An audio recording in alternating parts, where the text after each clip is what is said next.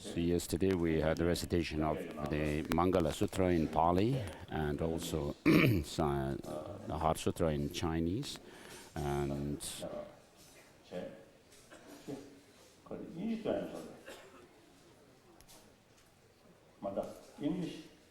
is there a recitation of Heart Sutra in English? Tomorrow. Okay. No. So again, no, tomorrow.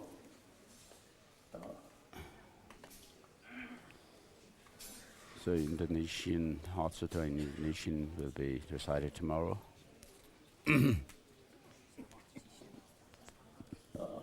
So They do.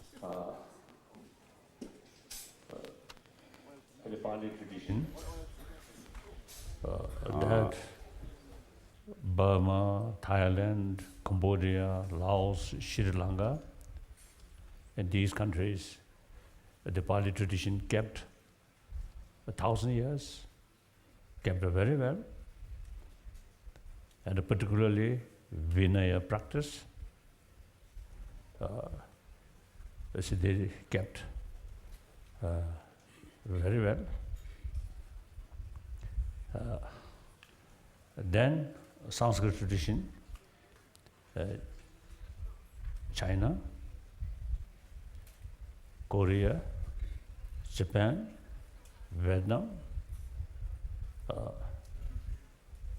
mainly this area, and then Mongolia and Tibet, this area, over 1,000 years, she kept.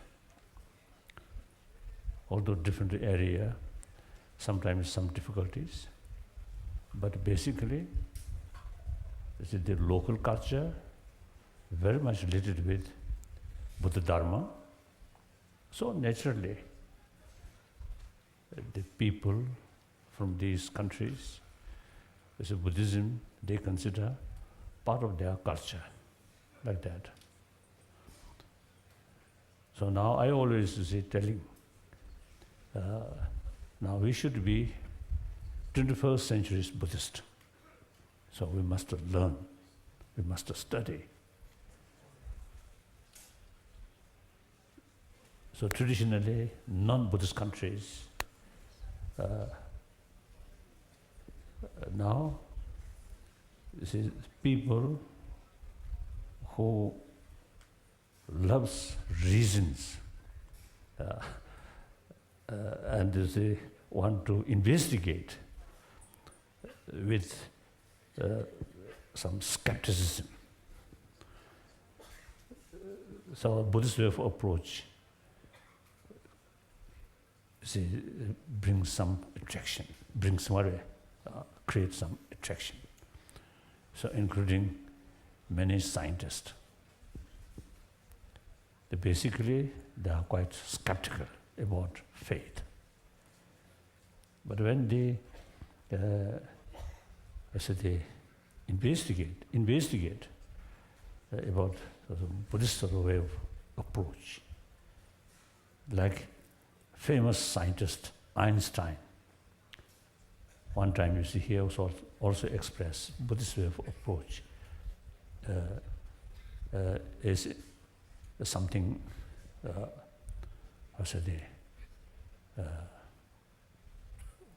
quite close with scientific way of approach or way of thinking. That's true. So in any way,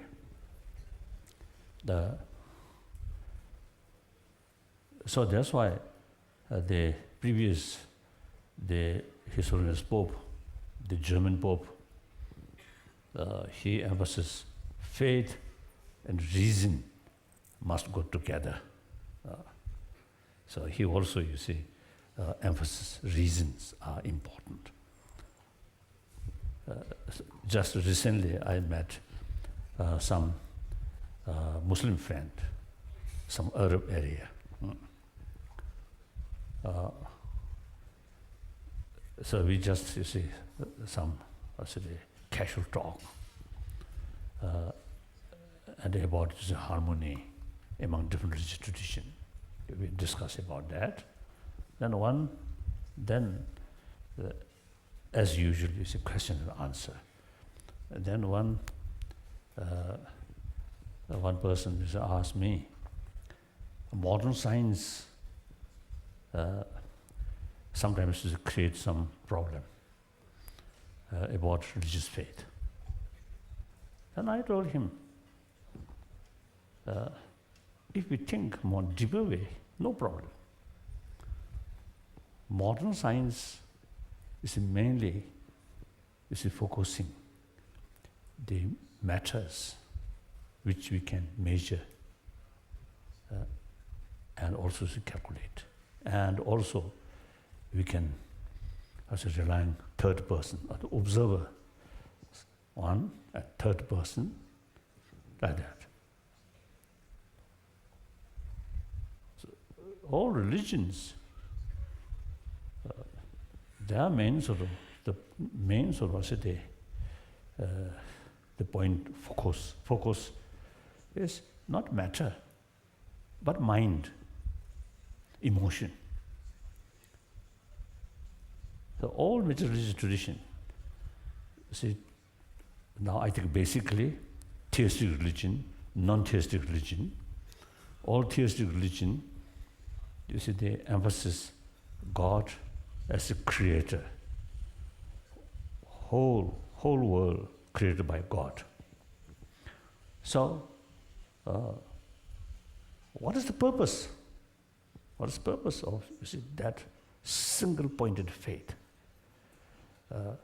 I feel, you see, two things. Once you have single-pointed faith towards God, in order to increase, in order to strengthening that single-pointed faith, you see, the concept of creator come. God created all world, ourselves, we each individual, we also created by God. So that strengthening, single-pointed faith towards God, so that automatically reduce self-centered attitude, isn't it? You, yesterday, may be a very, very powerful person, but still, ultimately, God's sort of the creature. So, you must sort of obey God as our Father. So that automatically reduce self-centered attitude. They reduce self-centered arrogance. I. Now, meantime, God always described infinite love. God, tremendous love towards his own creations, right? So the more sort of the closeness feeling with Creator, there is more willingness to follow God's sort of, let's say, guides. That's practice of love, compassion. And all religion, you see, sort of, realize there is strong opposition about practice of love. So all religion, you see, teach practice of tolerance, practice of forgiveness, and the practice of contentment, practice of self-discipline. These, all major religions, you see, talking all these things. So that clearly shows all major religious traditions, you see, really carry message of love. One my Muslim friend, once he told me, in public, he told me, a genuine Islam practitioner must extend loves towards entire God's, Allah's creature. So it's a different way of approach. But main sort of, the concept or main message is same. And then he also mentioned genuine practitioner of Islam should not create any bloodshed. If someone who claim themselves as a Muslim, if creates other sort of bloodshed or violence, essentially no longer be genuine practitioner of Islam. So all religion, theistic religion, philosophical viewpoint, big differences. But real message, real practice is concerned, it's the same. So we should know these things. So then, philosophical viewpoint, yes, we Buddhists say, oh, your viewpoint is wrong. But that doesn't matter. You see, certain people, the concept of God, Creator, is much more effective. So for that person, the theistic religion is best religion for them. Clear? Do you agree? So I really feel, in any way, we Buddhists say, even Buddha's time, he never make attempt, entire Indian should become Buddhist. He didn't attempt, isn't it? And the Vinaya sort of sutra mentioned, unless you see someone approach to you, ask Buddha Dharma, then you have to teach. So till someone asks you teaching, then you teach. So that means if someone did not ask you, then we should not sort of approach to him, you must be Buddhist, you must Buddhist, never do. Clear? So Buddha respect individuals' view, individuals' right. So within his own sort of follower, again, out of sort of respect, each individual's viewpoint, you see, he taught deliberately different philosophical views. So sometimes I jokingly, expressing, you see, in Buddha's own teaching, contradictory philosophical views mentioned there. This does not mean Buddha's own confusion. One day he taught some philosophical view, certain things. Then next day, another place he taught different philosophical view. Buddha, he himself not very sure. Confused, no. Nor he deliberately tried to create more confusion among his own follower. No. Then answer, obviously, Buddha respect different individuals' sort of view because of the mental position, mental disposition. So he taught accordingly. All need practice of non-violence, practice of compassion, practice of self-discipline. So for that, you see, different way of approach, different philosophical views, according to suitability to the audience. Like that. So therefore, as I briefly mentioned, you see, we must, as a Buddhist, we must respect all those different religious traditions.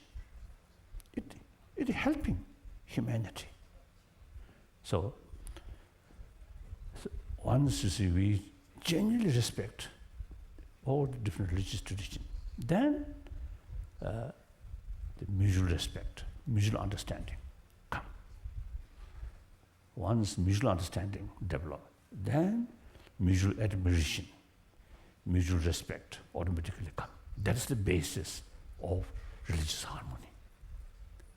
Today, I think we really need that. So now, Sanjay Yanda Zame Conceivable is the qualities of the Buddha, inconceivable the qualities of Dharma, and conceivable the Sangha. I make this offering to the three inconceivable ones.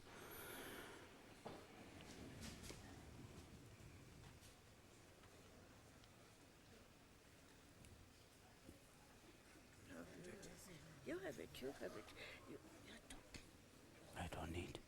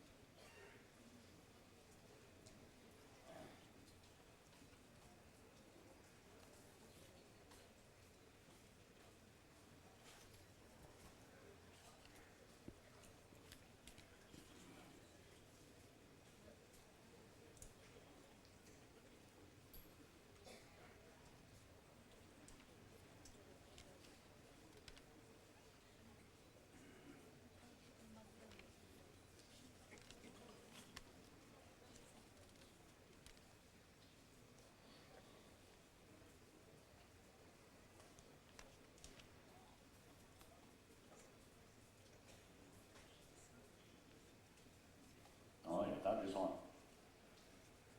What's else this one? What's else this one? All the translators ready?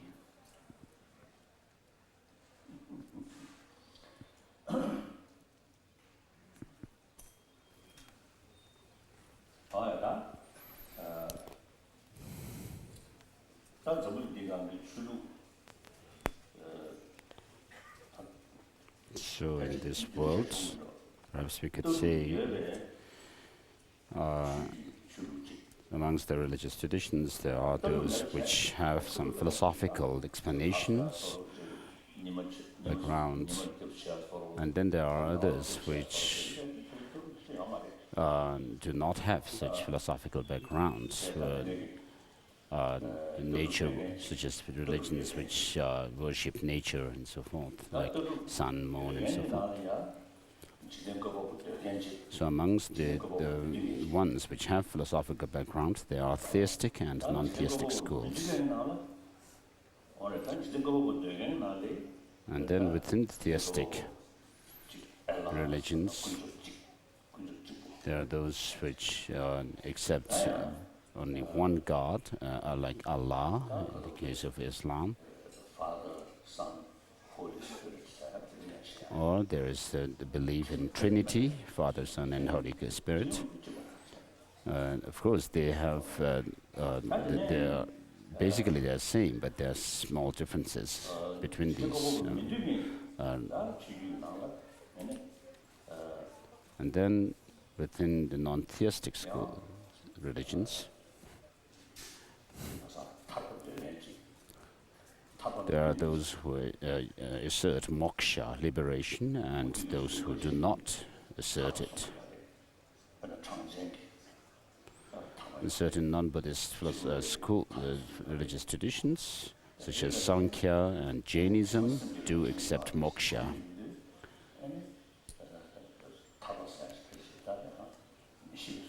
And certain religious traditions, which, there are those which do not accept the moksha. So within this school of non-religious traditions, non-theistic ones, amongst the theistic religions, there are those who believe in reincarnation and also moksha. But with regard to moksha, it is said that the individual souls dissolve into the big self, God.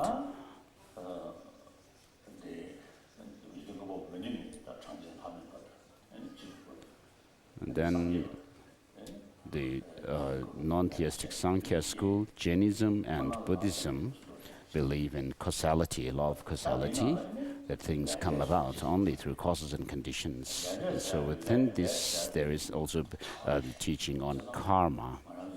So karma means action. So when we talk about action, we have to relate it with some agent, an actor. And therefore, we can explain karma only in relation to someone who has a mind. Of course, there is some relation to the inanimate things, but mainly when we talk about action, we have an actor. And because of that action, which is created by the actor, there is also a result that is experienced. So through certain specific causes and conditions, we have different results and effects.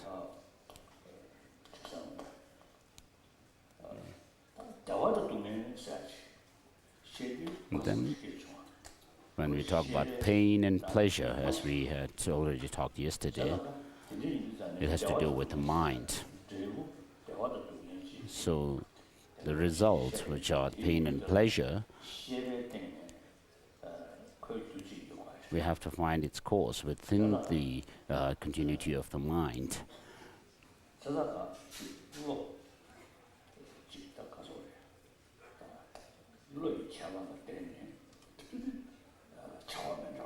And therefore, due to difference in our thought processes, we have different actions that are created, and accordingly there are different consequences, the results, even in this life alone, because of our thoughts. We have different expressions, physical and verbal, and then we also experience pain and pleasure on an individual level, in a family, and then in communities. And so in this way, we have to think about karma and its cause, its results, karmic causality. So sometimes when we talk about karma, people seem to get the notion that it's not in your hands, not because of what you do, but you can actually blame karma. So this seems to make people rather complacent. So they say, oh, I can't do anything about it because it's karma. So whether something good or bad happens to you, you say, it's my karma. So who caused that karma? It's you who created it. So when we talk about karma, we have say that the karma definitely gives rise to its effect. There is a certain karma, and then the karma increases, proliferates, and you will not meet with the results of certain karma which you have not created. Therefore, what this shows is that you are responsible for what you have experienced, what you experience because of the karma. And so within karma,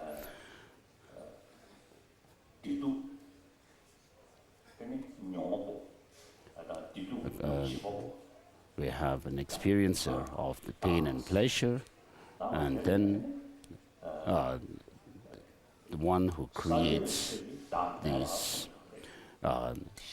So there is this theory or a belief in a soul theory, which Buddhism does not believe in. So except Buddhism, the rest of the religious traditions believe in a soul theory, which in Indian Sanskrit is Atman. So in Buddhism, the reason why the Buddha taught selflessness, so all religious traditions that existed before the Buddha believed in a separate self or soul, which is different or separate from the body and mind. And so when they talk, because when we talk about the body, it is only for this life. You leave it behind. And then when we talk about mind, the grosser level of mind are very much connected with this body. And therefore, when they come to say there is a past and future lives, there's someone who comes from the past into this life and goes from here to the next. And therefore, they have come up with this concept of a soul, with the idea that the body changes. We can talk about my body when I was young, as a child and young man, and middle-aged and old person. You can talk about I was bright when I was young, and now I have become duller. And so, in relation to these different phases in your life, you have this notion that I am the same person. So therefore, there is this notion of an I there, so which is taken for granted. And then, through philosophical assertions, when they came to talk about past and future lives, then they said there is this kind of soul which goes from one life to the next. But when the Buddha checked about this, in many of the non-Buddhist traditions, as I said yesterday, many of the non-Buddhist traditions do talk about the shortcomings and faults of the desire realm, attachment and negative emotions, and then acknowledging these shortcomings and faults, then they came to the practice of restraining yourself and going into the practice of single-pointed concentration. And therefore, when the Buddha saw these,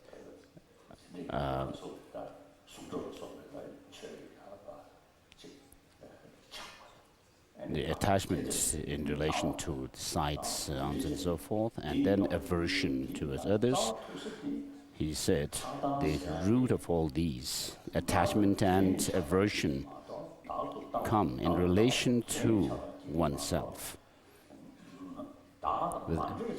Apart from that, you cannot have attachment and aversion. So when you see something attractive, of course, we cannot say, we do not say it's attractive because everyone sees it as beautiful. You say it is beautiful because it's beautiful, attractive to me. And then, accordingly, when you find that attractive, then you become attached to it, desire that, and on the contrary, you have aversion towards others. So, in Tibetan, we have a proverb that you cannot have a clap of one hand clap sound, but you need two hands. And therefore, without relating to yourself, that you cannot talk about something being attractive or ugly. So we can talk about one thing as being attractive to you, but another person may find that to be ugly. feel aversion to that.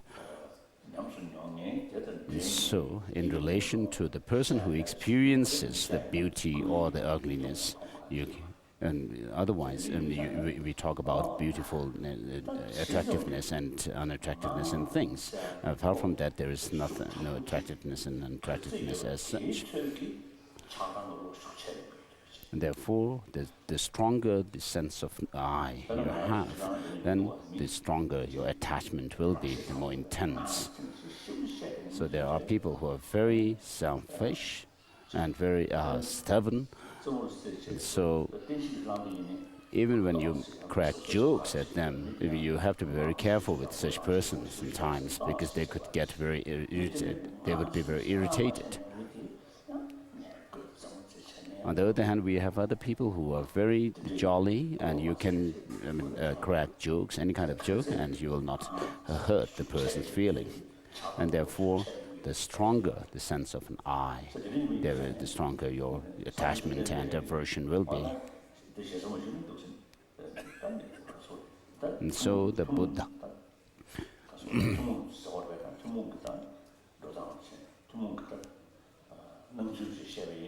so on the common appearance level, the Buddha was born as in a royal family, and then he renounced the kingdom and became a renunciate and a monk.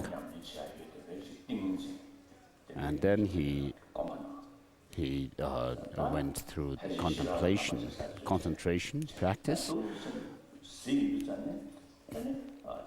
Perhaps he may have used the techniques that were already known then, and therefore he saw that this attachment and aversion that we have, he saw it to be related to arising in relation to oneself, and therefore he checked where this I is, what it is. So we have this notion that there is a self which is the master or controller of one's body. So the Buddha said, there is no such a self. And not only that, if there is no self which is separate from the psychophysical aggregates, but then if there is no such a self, then we have this notion that there is a self. We have a notion or a sense of self which is like a master of the body and the mind, and the body and mind are seen as if they are like the servants to it. Therefore, we have some notion of a self which is sufficiently existing. But the Buddha said this is also a distorted view, a wrong conception, and therefore he said the self is designated, labeled, and therefore the Buddha in Buddhism there's teaching on selflessness. So I quoted a sutra yesterday. This mind, this notion of I is the devilish mind, is the source of all the views, and the composite aggregate, the compounded aggregate is empty, and therefore there is no self. So by saying that, do we mean that there is no self at all? Because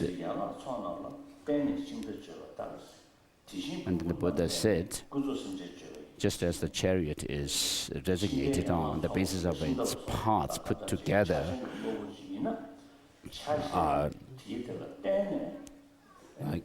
so just as a chariot is designated on the basis of its parts that are put together, likewise on the basis of these body, feeling, the composition factors, consciousness, and on the basis of these five psychophysical aggregates, we designate or label the I. And therefore the I exists by way of designation. And in Buddhism, the essence of Buddhism is could be twofold: the practice of non-violence, which is the ethical side, and then the philosophical view of dependent origination. So in theistic religions, they say we should not harm others because the others are also creation of the God. So I have a friend, a Christian friend, who said that because we are created by God, we have also a part of that God in terms of love of God. So it's similar to what we call Tathagata Garbha. So some Christian practitioners say this. So there's something to what they also say. So we also talk about the gene. The children have the genes of the parents. So when we think about somebody as being enemy, we could think even to go to the length of killing, chopping the body up. So according to theistic religions, when they think that the others are also creation of God, then it helps them to have love and compassion towards others, and helps to overcome the desire, reduce desire and aversion. So as Buddhists, what we believe in is that our pain and pleasure come from, dependent on their causes and conditions. And therefore, if you help others and if you cause them to have happiness, then as a result of it, you also experience happiness. If you bring suffering to others, as a consequence, you also suffer. So your pain and pleasure come from their own compatible causes and conditions. And therefore, since we do not want suffering but happiness, we need to adopt the practices bringing about happiness, and we need to avoid those practices which bring about suffering to us. So this is how we understand the word, how causality works. And then, as we'll come across in the 8th chapter, so the reason why we need to avoid harming others is because we do not want suffering. And then this is explained on the basis of the understanding dependent origination. And so dependent origination has this causality, dependent in terms of causality, which all the 4 philosophical traditions of Buddhism they accept. And then when you go deeper into this dependency, we also understand that not only the effect is dependent on its causes, but the cause is also posited in relation to its effect. So because of having an effect that it brings about, that thing is called its cause. And therefore, its identity is achieved by independence or in relation to the effect that it brings about. And therefore, cause and effect do not have any absolute objective existence unrelated to each other. And similarly, I or self is designated in relation to the psychophysical aggregates, and they themselves also are designated in relation to the self, the person. And therefore, we have the dependency in terms of how something is established in relation or in connection with others. And therefore, there's the dependency in terms of designation, according to which comes mainly in the teachings of Master Nagarjuna and his disciples. So we have our traditional religion as Buddhism. Buddhism is our traditional religion, and we need to take care of it. And those whose traditional religion was not Buddhism, if you find Buddhism more suitable, you may adopt it. But in essence, all the religious traditions talk about how to become a good person. So that must be practiced. Now let's turn to the text.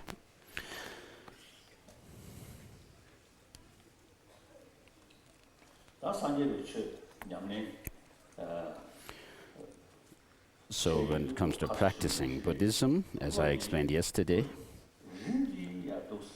we need to progress gradually, step by step, from the first to the second to the third and so forth.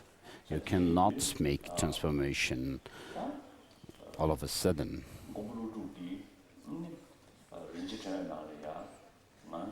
So in Ratnavali, Nagarjuna says, what we want is happiness. And happiness, with regard to happiness, there's happiness in this life and happiness of the future lives. And so these come under the category of the happiness of higher rebirths.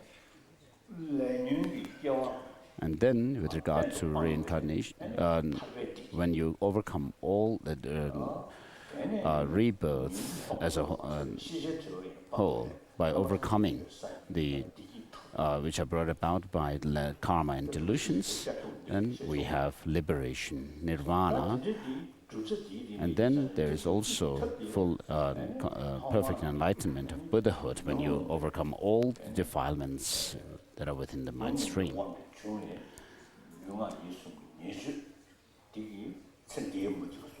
So through our actions of body, speech and mind, which ensue from our delusions, then we become unhappy in this life. And then we also create causes for bad rebirth in the next life as well. And therefore, with regard to the practice in a gradual manner, first we need to avoid the negative actions of body, speech and mind. And then on the second level is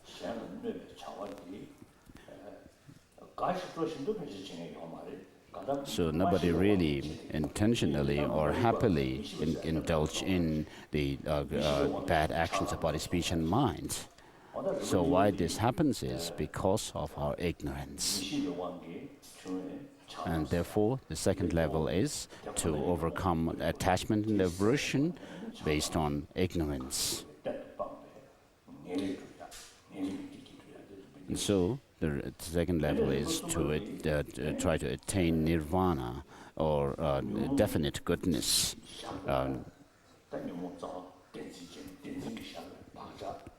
By overcoming ignorance completely. And then the third level is to work towards Buddhahood, the non-abiding nirvana, where by you would have eliminated even the stains left by those negative emotions.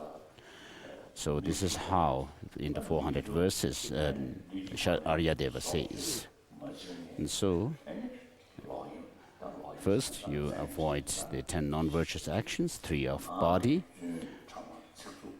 and 4 of speech, and then the 3 of mind.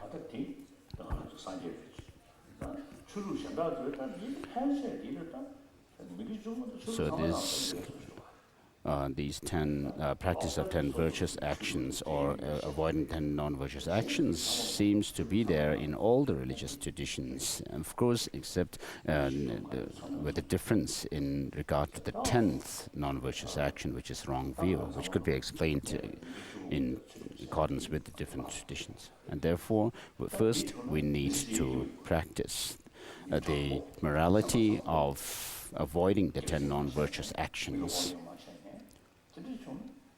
So you should be honest, should not bully others, and be kind. And if you live your life like that, then you'll be living a very good life, a good person. And then you will be friendly with others if you live a moral life. Otherwise, if you try to deceive others, then, of course, people may smile in front of you, but behind you, they are not happy. So at the time of death, sometimes your neighbors might say, oh, when you die, the neighbors might, in fact, instead of mourning, they might have say, that was very good that this person has died. if you live a good life and be friendly with others, be honest and so forth, then when you die, your neighbors would mourn and would really feel dear that they've lost such a good friend, and they will also make prayers for you. And even it could even go for several generations that the parents would tell their children about you. Whereas if there's an immoral person, then your legacy would also be recounted from generation to generation, saying that this person was really bad-mannered and so forth.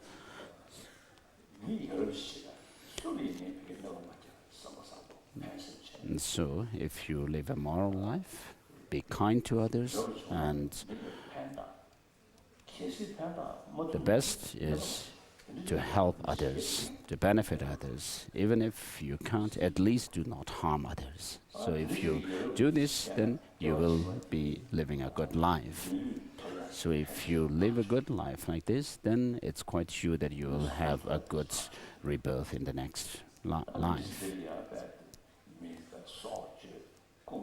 So if you, otherwise in this life, if you deceive others, steal others' possessions and commit and rape others and so forth, then you will not have good life in this life. And so,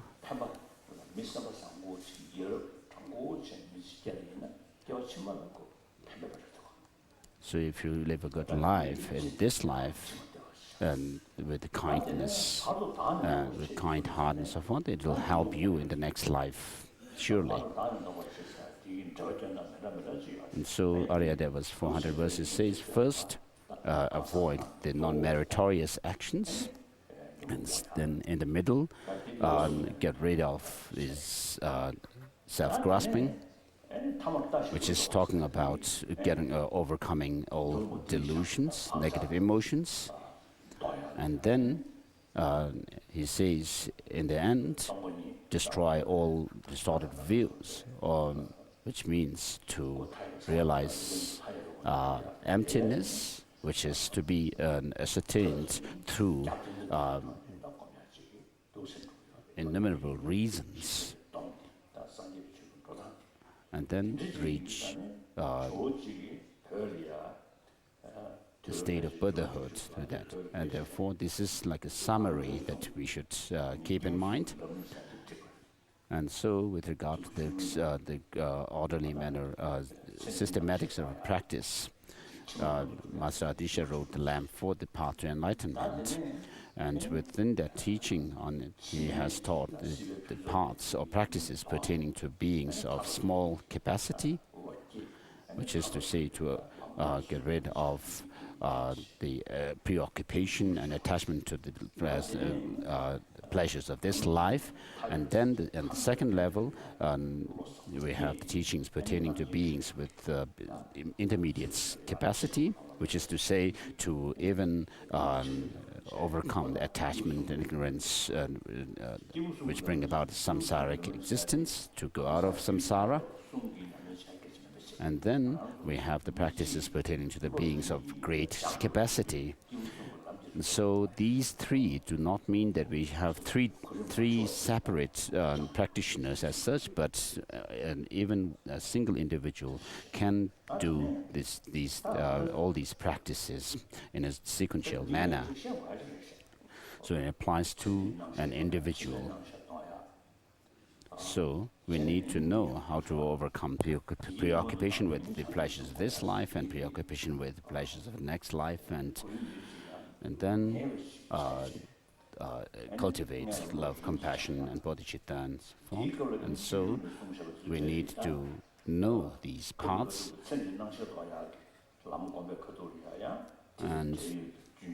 and therefore, when we read through this text by Shantideva, we can actually relate the different practices to the different sections of Lamrim, such as overcoming the preoccupation with this life. When you come across certain points, then relate that to this kind of practice. And therefore, once you have reduced the preoccupation with this life, pleasures of this life, and your attachment to the pleasures of this life is less, then you will see that even if you may have a good rebirth in the next life, that also is still in the nature of suffering. Although you may be out of a very intense kind of suffering, and therefore you need to train your mind in the practices pertaining to the beings of intermediate scope, and then see the shortcomings and disadvantages of all the negative emotions, the afflictive emotions.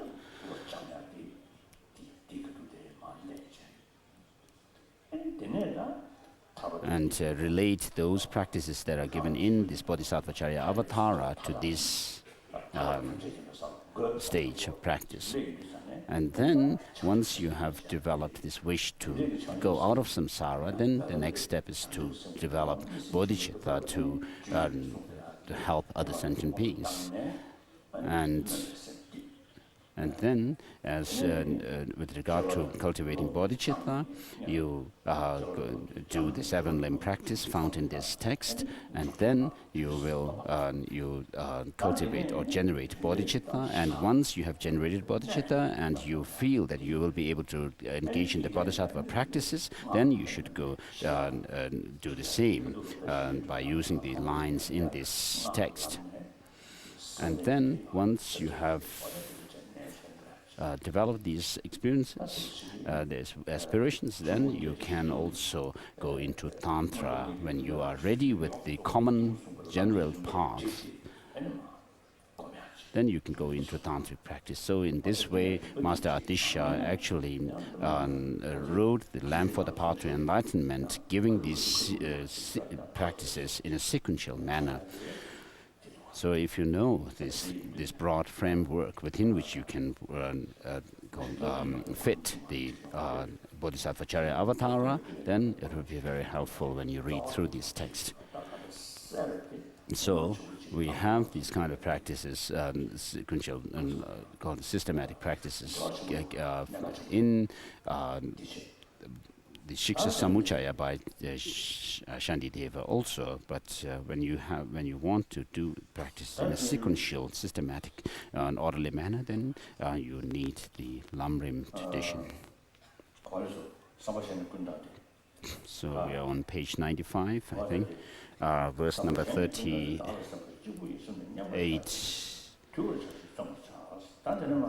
Finished.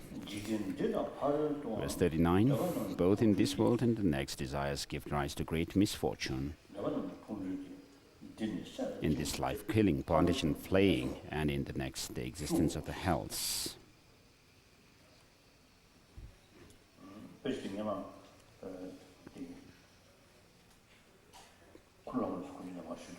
So when I received the teaching on this text from Kunalama and Gelsen Rinpoche, he made some corrections.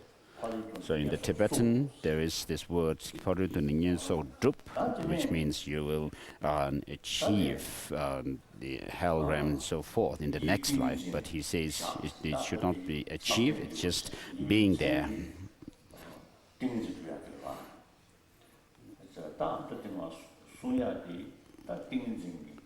So the part that we are going through is the cultivation or development of single-pointed concentration. So in connection with that, it talks about avoiding all kinds of distractions.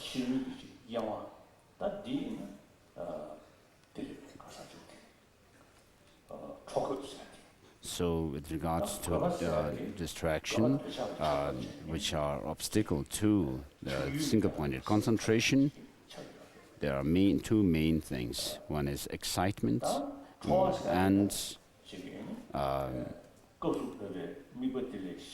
distraction itself, and then gupa means excitement.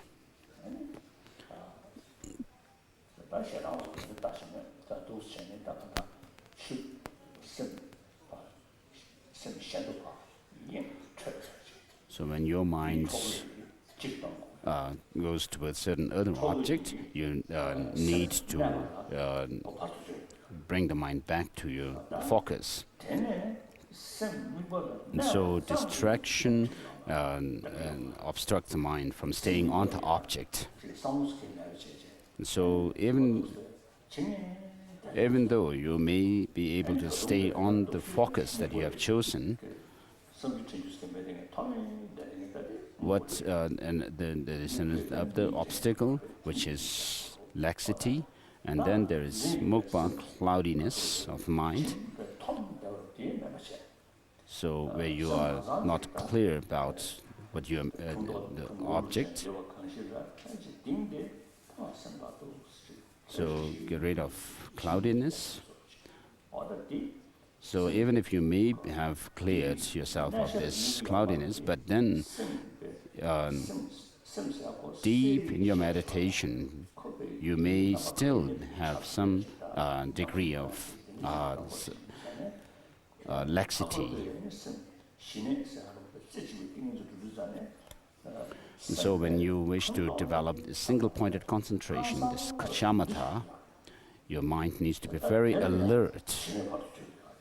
And this alertness is obstructed or hindered by this mental laxity. And so mental excitement and laxity are the two main obstacles to developing single-pointed concentration, shamatha. So when your mind is too high, there is danger of excitement, and when your mind is too low-spirited, then there is risk of mental laxity. And so you cannot find these experiences outside, but you need to go through, check your own experience. So when you do your meditation and when you feel some kind of happiness, there is some and if it's too high, then there is more risk of having all kinds of thought processes going on in your mind. Whereas if you feel low spirit, even physically, when you feel heavy, you show it in your face as well. So when you're happy or unhappy, it shows in your face. So similarly in meditation, when your mind is too high, elated, then you need to bring it down.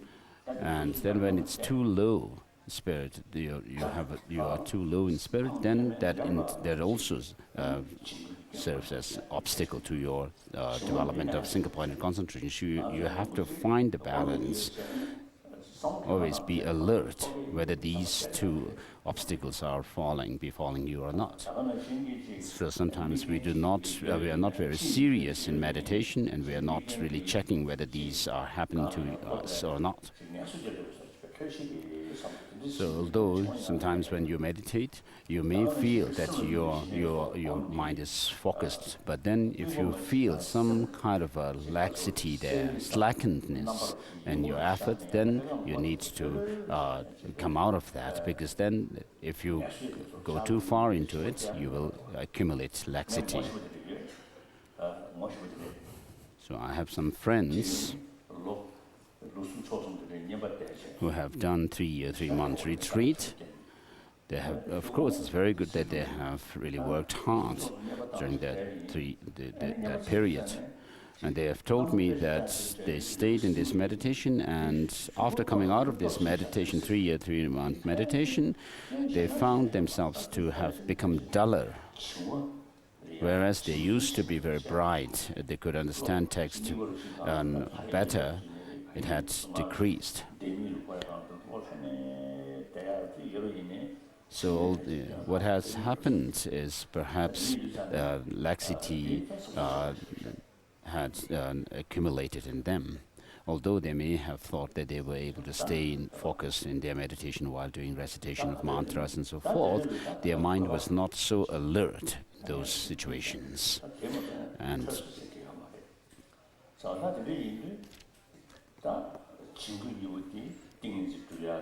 So mental excitement and laxity are the two main obstacles to shamatha, because what you need in developing Singapore concentration is stability of the mind and also clarity. So there should be intensity, brightness and intensity of the mind while you stay focused.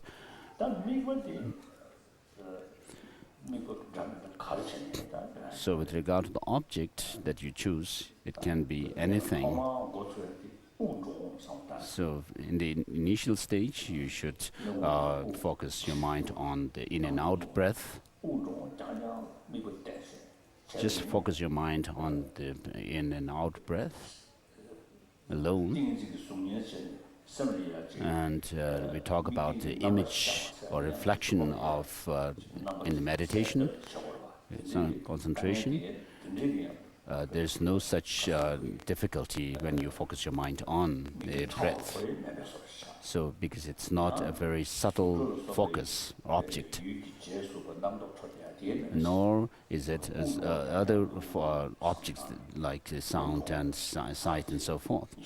So you can focus your mind on the in and out breath, count them, 1, 2, and so forth. You can do it 21 times or 100 times or several hundred times. So the focus is to bring your mind in focus, withdraw it from not causing distraction to you. And so this is something which non-Buddhist traditions also do, and then in Theravada tradition they do this in Burma and Thailand and so forth. They have this meditation focusing on in and out breath.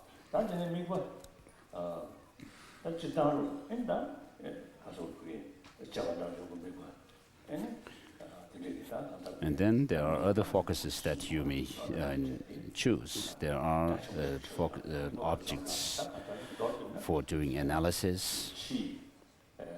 So it's very vast. So whatever you choose, you have to have the focus, the object, clearly in your mind, and then focus your mind on it. Or you can use the mind itself as the focus of your meditation for shamatha, or you can choose in impermanence as the object. So you need to do analytical meditation in this.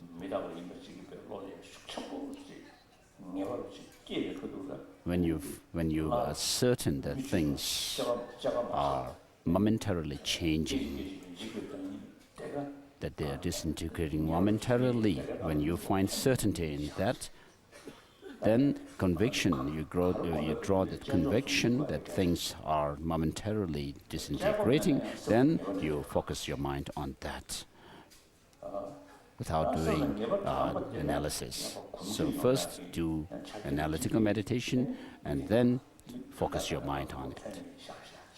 So in order to familiarize your mind with this, then you focus your mind on that object. So there are those meditations where you have some object and then you form the image of that in your mind. And other meditations like compassion, love and kindness. In these meditations, you actually bring up these experiences within yourself and then focus your mind on it. And then when your mind kind of becomes little dull and you're not clear about the object that you're meditating on, then you need to come out of that and do analytical meditation.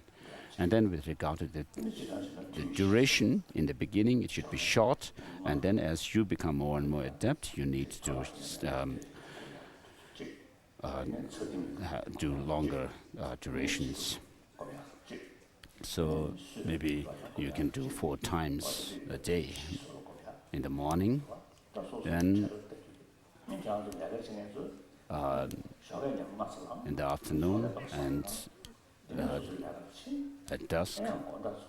So those who are busy with work, Maybe you can do meditation in the morning before going to work, and then after coming back from work, you can do some meditation. And on weekends, you have more time, perhaps. So instead of going outside for sightseeing, going outside, but go on sightseeing of your mind only.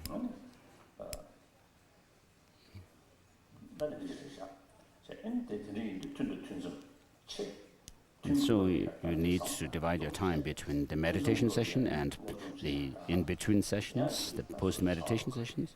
So in-between sessions should be used to study the texts, and you may do other things you need to do. And so during the meditation, post-meditation sessions, you still need to carry on with the feelings that you have developed in the meditation session.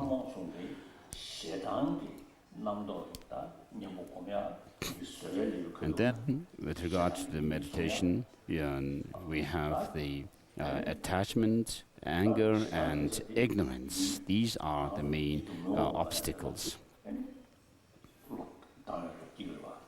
So when you think about or when you see something which you dislike, you have aversion. Whereas if you have something attractive, you become attached. And so with regard to preconceptions, there is this anger that is provoked by someone whom you consider to be your enemies. And so when you encounter such people, you need to practice patience, and this is found in the patience chapter, the 6th chapter.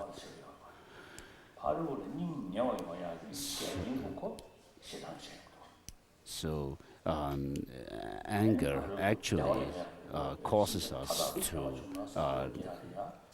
not feel close to other sentient beings. And so it is an obstacle for developing this loving kindness towards others. And then you also feel that those who harm your near and dear ones also to be your enemies.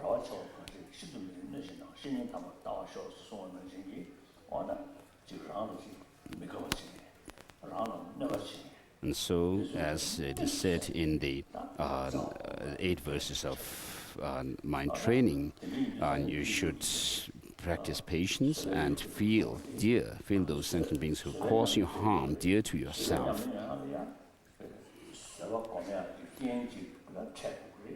And so, the 6th chapter is very good for practicing patience, and the obstacle to practice patience is the anger, and this is the opportunity for practicing patience is actually offered by those who provoke anger in you, who harm you.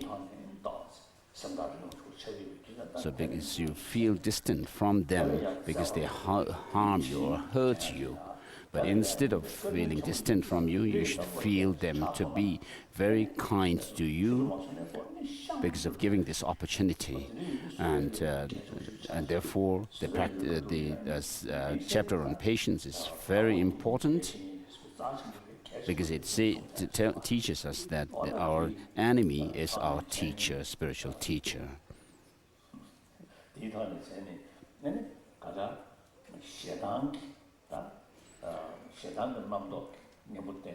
And so, to get rid of the anger, we have the 6th chapter in this text, the practice of patience. And then, to get rid of ignorance, we develop wisdom, which is taught in the 9th chapter. And then in this chapter, what is taught is the antidote to the attachment.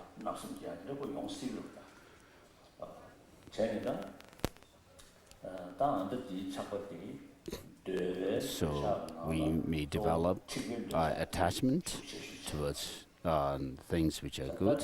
So here mainly what is mentioned is the shortcomings of or faults of sexual desire.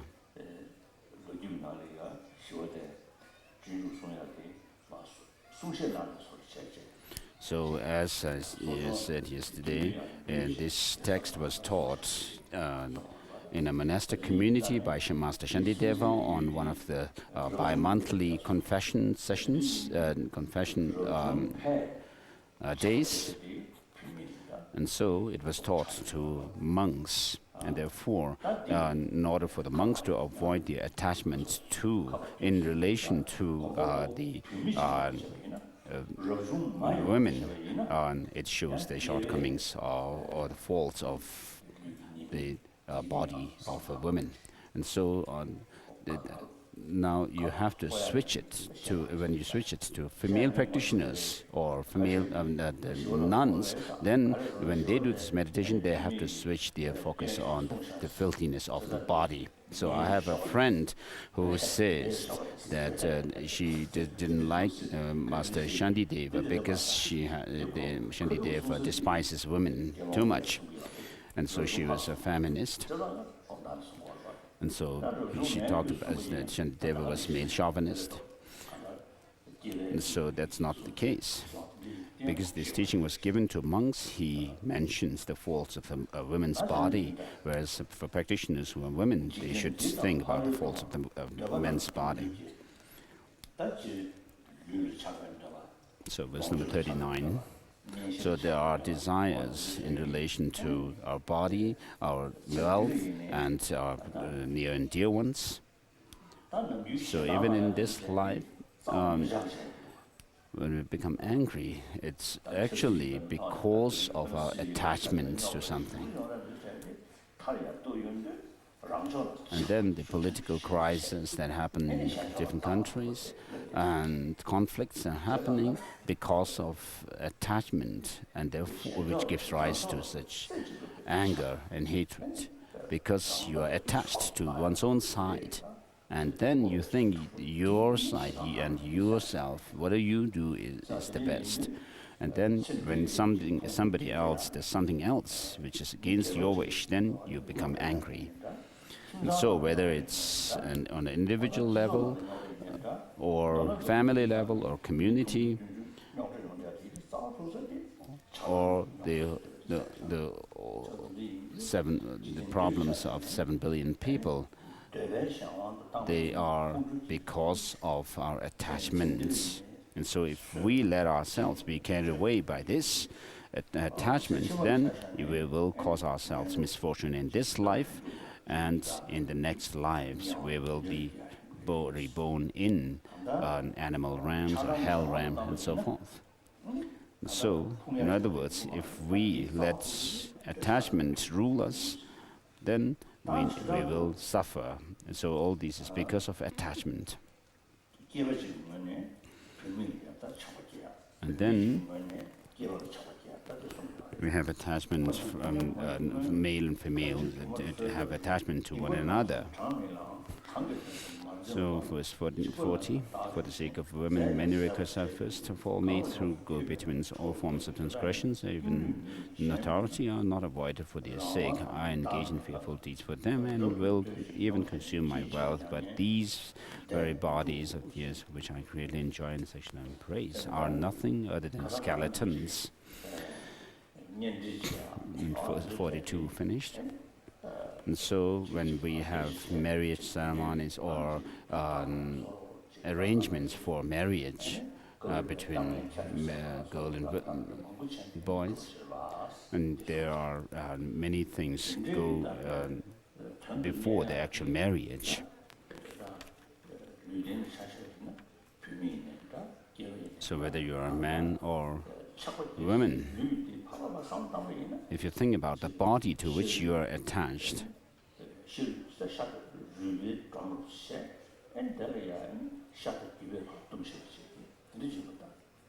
so this it says are nothing other than skeletons which are covered by our flesh and skin. and they are not autonomous and are identityless, rather than being so desirous and completely obsessed.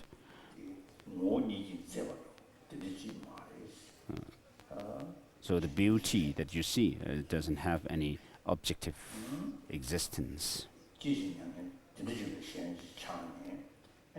But because you are attached to that, why do I not go to a state beyond sorrow instead? In the first place, I made efforts to lift this veil, and when it was raised, she bashfully looked down. Previously, whether anyone looked or not, her face was covered with a cloth.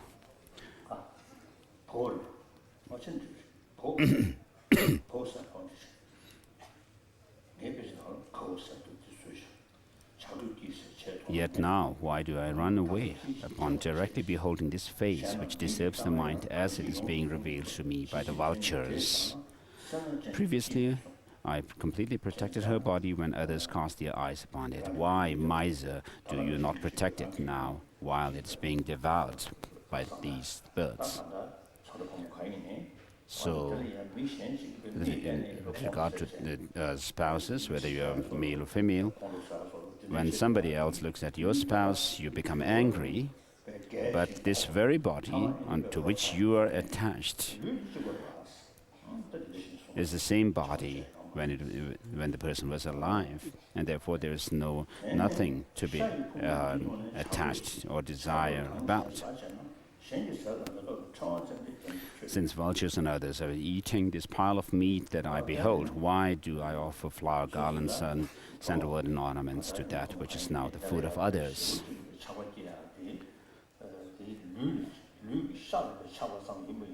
So if you are attached to the flesh of the body, then the vultures and others are eating this pile of meat that I behold.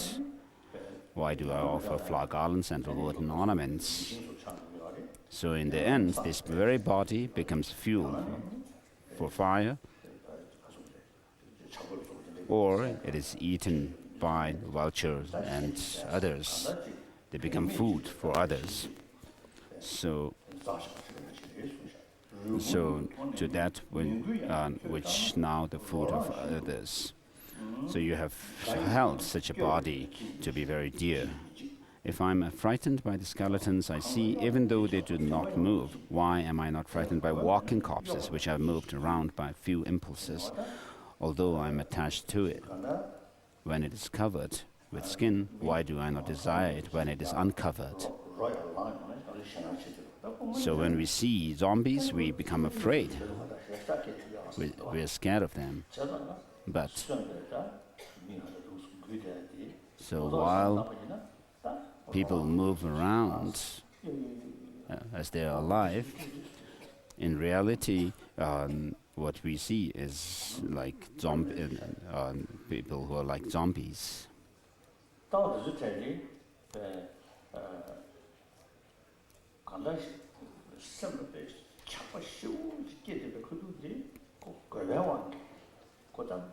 So when you have a great attachment and desire to something, and when you meditate on these faults and shortcomings, then it helps to reduce your attachment.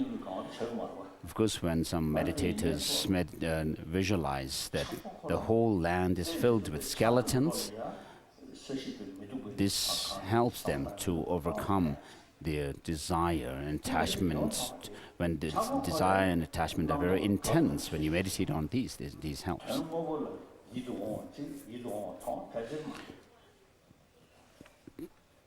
So when we have attachment, there is a reification of the beauty that we see. It's not that there is absolute beauty in the object as such, but we create some, as Master Nagarjuna says, that because of some inattention or some kind of a distorted view, we become attached to things.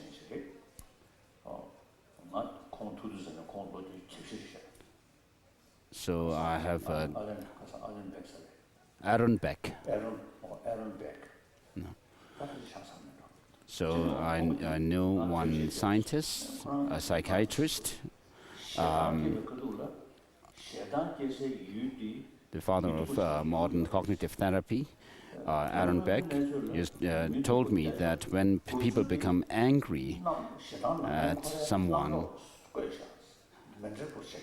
the ugliness that they see in the other person is 90% of that is our own projection, mental projection.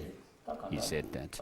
So this is exactly what Master Nagarjuna also has said, because when we become attached to a verse,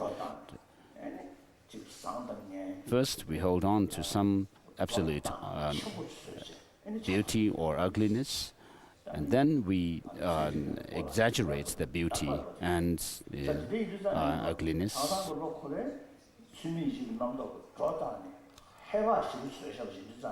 So there's an exaggeration because of our attachment or aversion.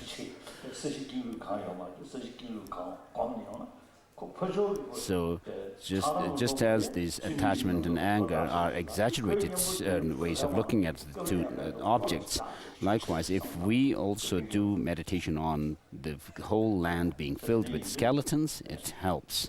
Of course, that also may seem like an exaggeration, that although the whole land is not filled with skeleton, but when you do that meditation, it helps to reduce this attachment.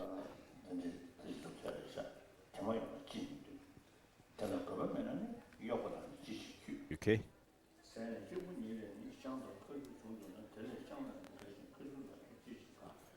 So why do I dislike excrement and find joy in saliva? Cotton too is soft to the touch, but while I find no sexual delight in a pillow, I think that a woman's body does not emit a putrid odor, lustful one. You are confused as to what is unclean, thinking that they cannot sleep with this cotton, although it is soft to the touch. Confused, negative and lustful people become angry towards it instead. If I am not attached to what is unclean, then why do I copulate with the lower parts of others' body, which are nearly cages of bones, tied together with muscles and plastered over with the mud of flesh?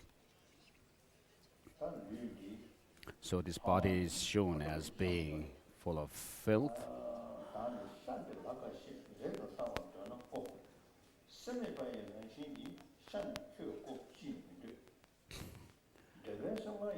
I myself contain many unclean things, which I constantly have to experience. So why? Because of an obsession for uncleanliness, do I desire other bags of filth?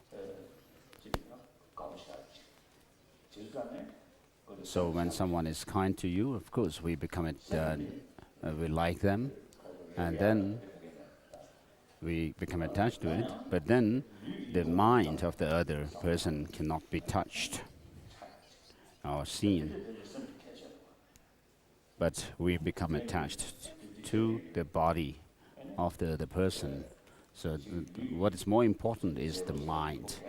So I usually tell people that, of course, external beauty, physical beauty is beautiful, important, necessary, but then the inner beauty is more important, because if you lack that, then external beauty will not be so good, because you may be friends for some days and then you will fight with each other. And so internal beauty is more important than external beauty.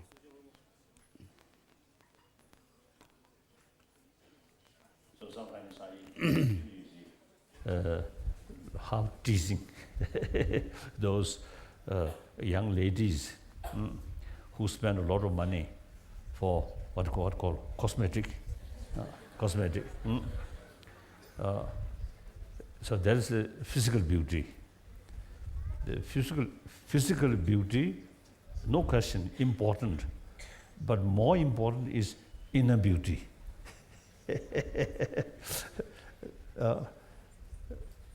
Without inner beauty, on the level of just external beauty, they marry, perhaps within a few days, quarrel start. And then divorce. With children, terrible. Without children, then okay, you have some freedom. whether divorce or not, that's up to you. So all this is very much related with the inner beauty. Many years ago, one Tibetan government official, monk official, a very good one, really, is a trusted sort of official. I know him very well. So later he disrobed. Then I teased him, "Oh, your wife, not that much sort of attractive." Then his response is, "Yes, physical not much attractive, but internal beauty is excellent." Then I have nothing to say. He win.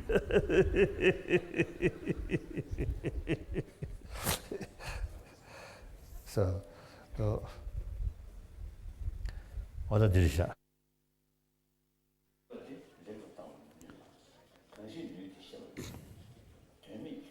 But it is this flesh that I enjoy. If this is what I wish to touch and behold, why do I not desire it in its natural state, devoid of any mind? Furthermore, any mind that I may desire is unable to be touched or beheld, and whatever I am able to touch, I will not be mental. So why indulge in this meaningless copulation? It is not so strange that I do not understand the bodies of others to be of unclean nature, but it is indeed strange that I do not understand why my very own body to be by nature unclean.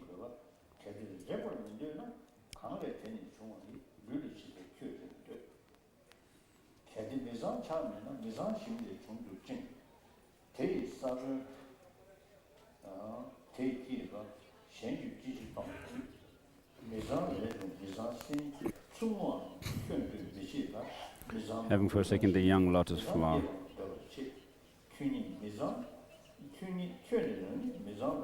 unfolded by beams of sunlight free from cloud, why, with the mind craving for what is unclean, do I revel in a cage of filth? Since I do not wish to touch a place that is smeared with excrement, then why do I wish to touch the body from which that excrement arose? If I am not attached to what is unclean, why do I copulate with the lower parts of this body which rise from the unclean filths of a worm and are produced by the seeds within it? I have no wish for a small dirty maggot which has come from a pile of filth, so why do I desire this body which by nature is grossly unclean, for it too was produced by filth. Not only do I not disparage the uncleanness of my own body, grace for tea, but because of an obsession for what is unclean, I desire other bags of filth as well.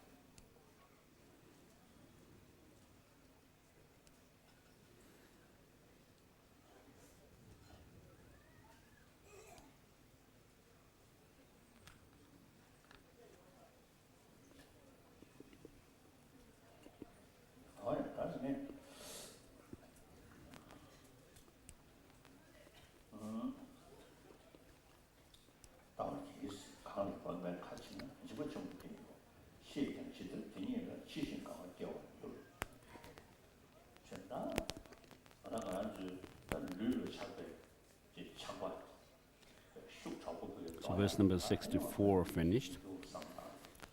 So when we have strong attachment in relation to some body, then we need to do this kind of meditation thing.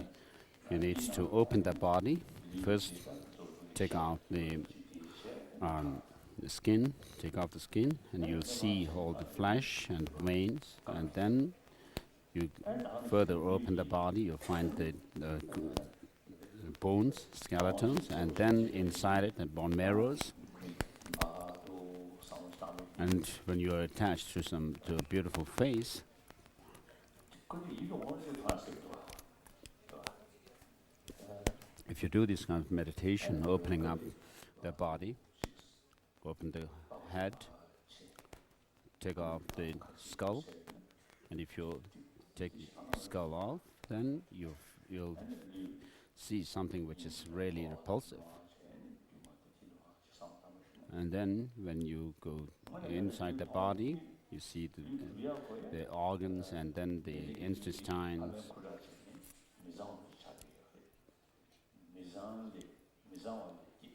So we are born from the sperm and ovum of parents, which are filthy, dirty substances. And then this body is like a machine for producing filth. So we eat food and then they go into our body and then they are processed in the body and then they come out as urine and feces. And so we are born from filthy substances. We have obtained this filthy body, which is a machine for producing filth, waste, product. So all the food that we take in our life, of course it helps to sustain the body, but they produce all these feces, the waste products that we have let out of the body. So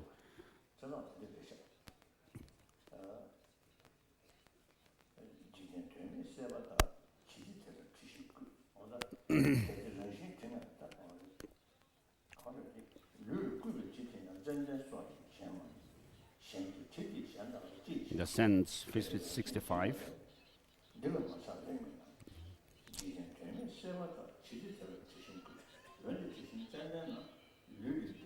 you check.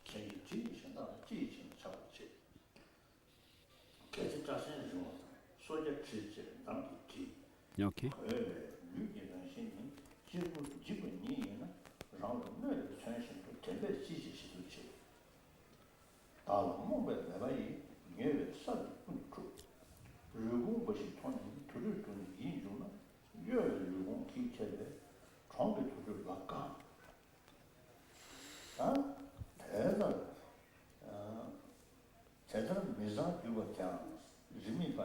So 71, furthermore, these unclean female bodies are not found without paying a price. So the relationship between couples are built by spending money and then doing all kinds of things, and then they come together. And in order to obtain them, I exhaust myself in future will be endured in the hells. As a child, I'm unable to increase my wealth. And as a youth, what can I do?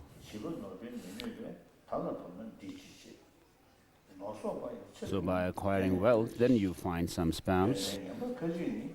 And at the end of my life, when I have the wealth, being an old man, what good will sex be then? Some malicious and lustful people wear themselves out by working all day, and when they return home in the evening, their exhausted body lie prostrate like corpses. 74, some have the suffering of being disturbed with travel and having to go a long way from home. Although they long for their spouses, they do not see them for years at a time, and some who wish for benefit due to confusion even sell themselves for the sake of. So you become servants to others, but not attaining what they wish. They are aimlessly driven by the winds of others' actions. Some sell their own bodies and without any power are employed by others. Even when their wives give birth, their children fall at the feet of trees and on lonely places. And 77 also finished.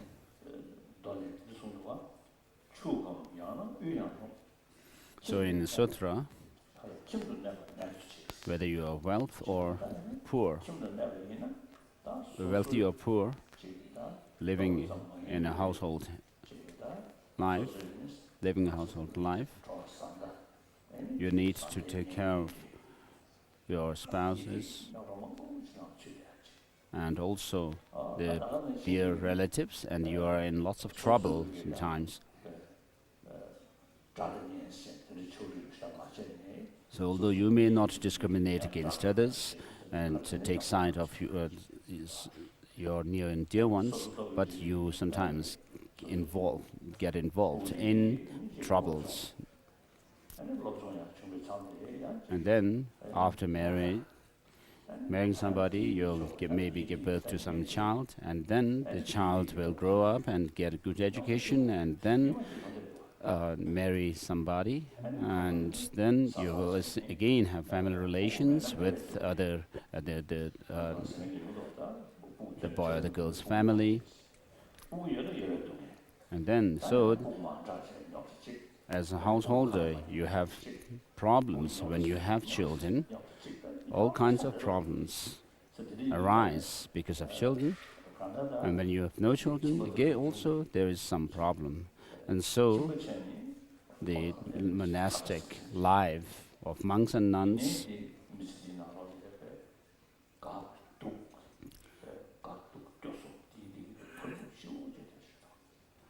do not have to go through these kind of problems that the lay people have.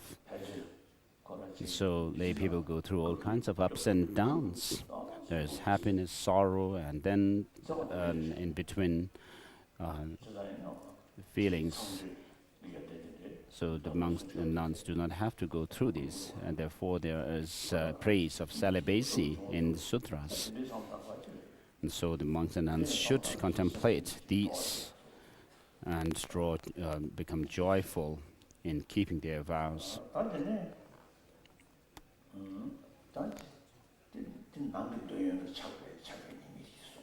So up to this, what is shown is the attachment to internal objects, sensual objects.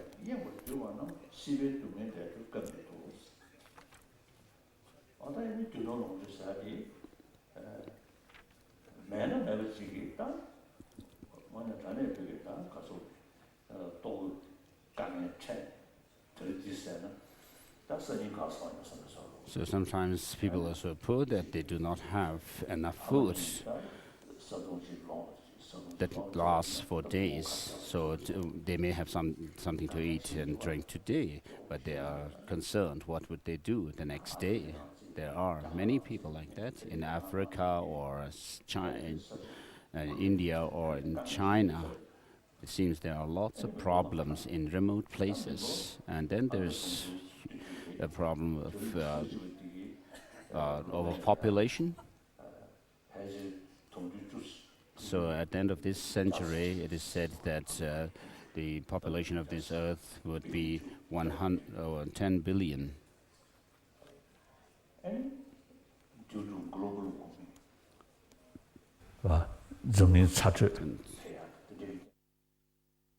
So due to global warming, there's lots of disturbances in the external climate.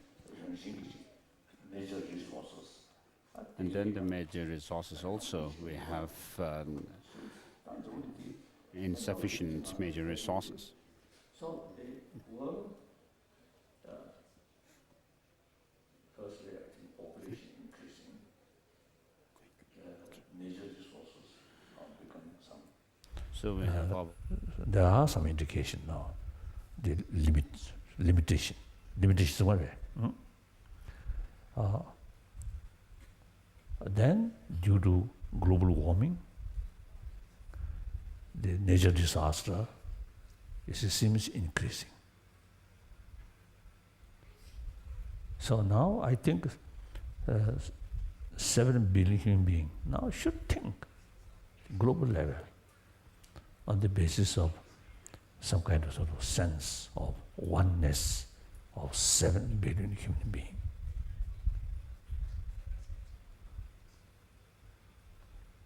This is something humanity facing problem. With such sort of reality, still we very much emphasis we and they. I think that very, very narrow, sort of short-sighted and narrow-minded. Some really serious things now there. So we have to sort of face these problems. So the entire humanity work together at a full cooperation. I think really necessary, isn't it? So sometimes I think nature disaster or these problems, I think grateful. These show us you must unite.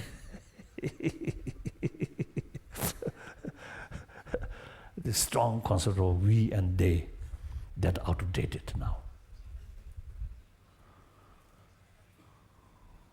So as a Buddhist, we always praying entire sentient being, isn't it? So at least human being, of course other animal, we cannot much sort of help. Of course we can do more, protect their life. You see, less sort of harm, overfishing, and then beef farm or poultry, immense suffering, isn't it? All these we created.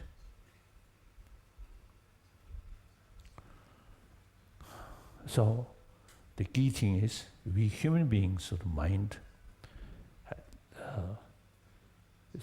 eventually become more compassionate mind. Then I think we not only we ourselves become happier. No sort of killing, no bully, no telling lie. And then not only that, but entire sort of different form of life on this planet become more safer, more comfortable, less suffering. So every person who sort of say, who chanting entire mother-centered being, I think we should think this.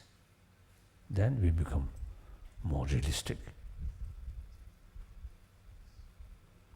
Otherwise, sometimes I used to telling, with respect to people, to public talk, sometimes I telling, religion, if you not sincerely practice, then religion teach us hypocrisy, saying nice thing.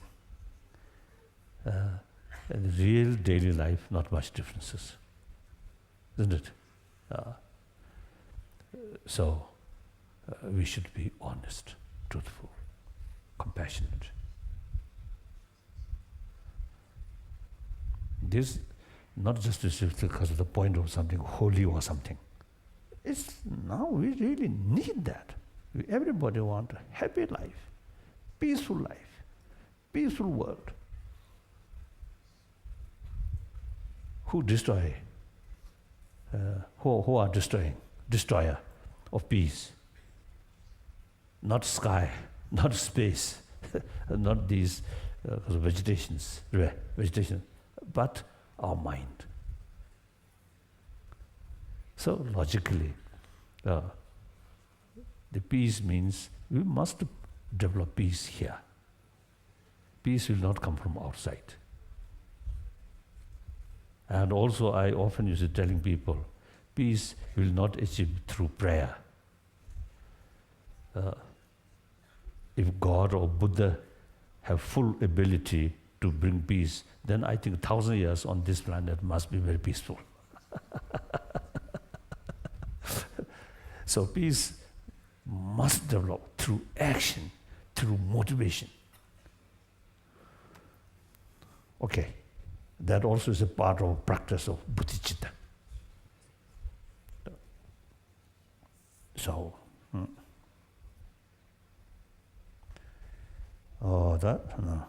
So now here, the modern life, materialistic life,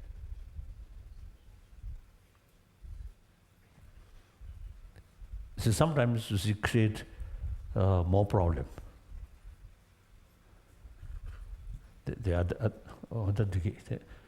other day also I mentioned, you see, with this body, human body, but our mental way of thinking is almost like animal.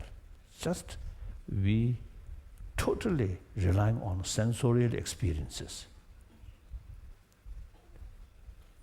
We have this human intelligence, thinking power, which other animal cannot do. So we must utilize, as a human being, must utilize our brain, our mental ability, not just totally relying on sensorial experiences. 다들 논의 풍류타의 시험을 쳤어.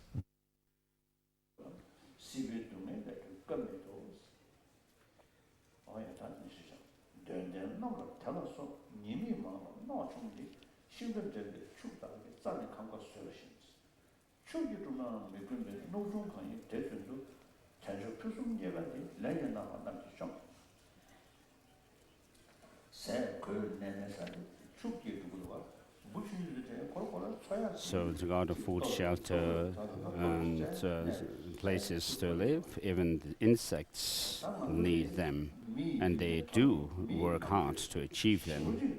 So we as human beings have this marvelous intelligence to think about long-term benefit. If we cannot use it, then it's really sad. If we cannot use it well.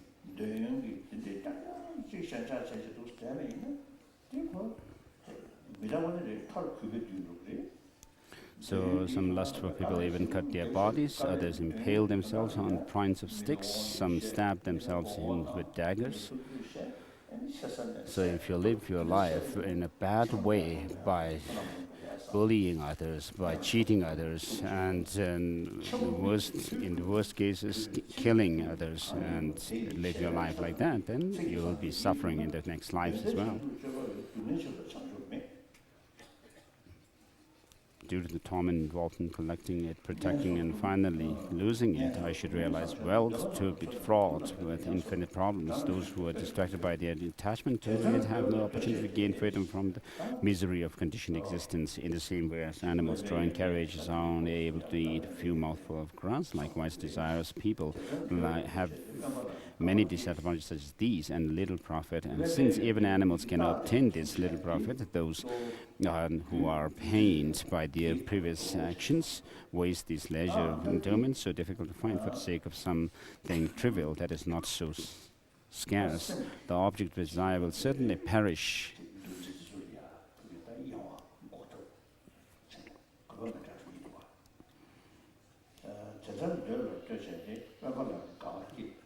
And then they shall fall in hellish states. However, Buddhahood itself is attained with just 1/1,000,000th of a difficulty involved in continually exhausting myself for the sake of what is not of great, very great, hence the desires experience greater misery than those following the awakening way of life, but for them there is no awakening.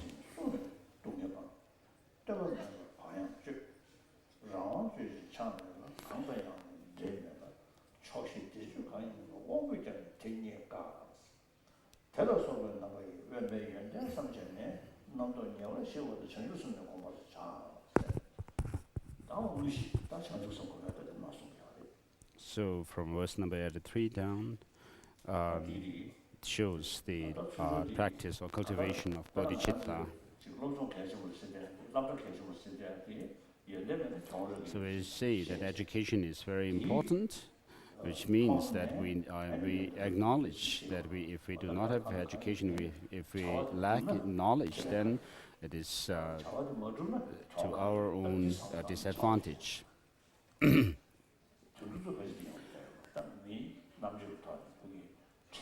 So we as human beings have this ability to make distinction between what is short-term benefit and long-term benefit, and therefore when we seek the long-term benefit,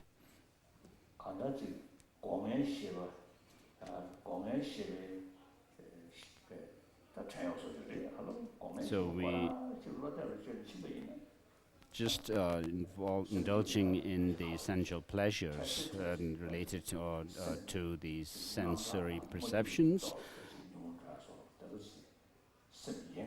we will not be able to overcome the real unhappiness. So you can distract yourself with beautiful sights and sounds and so forth, or have a good food in restaurants, or look at some paintings.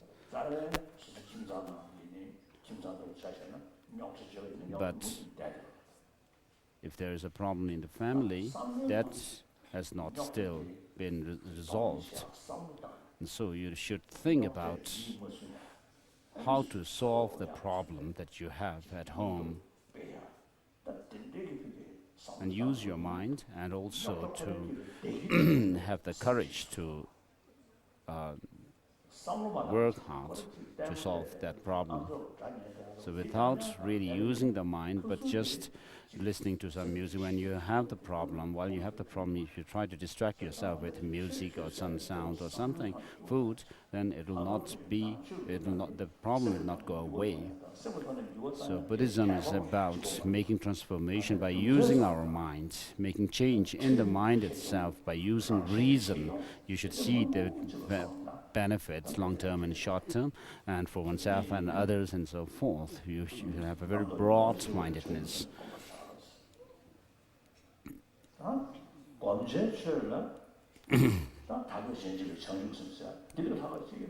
So with regard to meditation, there's nothing greater than cultivation of bodhicitta.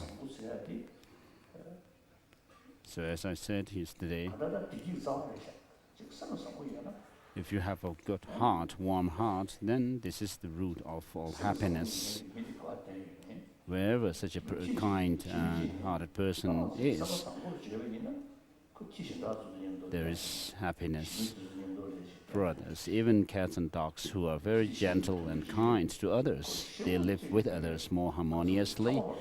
Whereas if there are dogs which fight with others, dogs and cats, then they will, this dog or cat will remain lonely.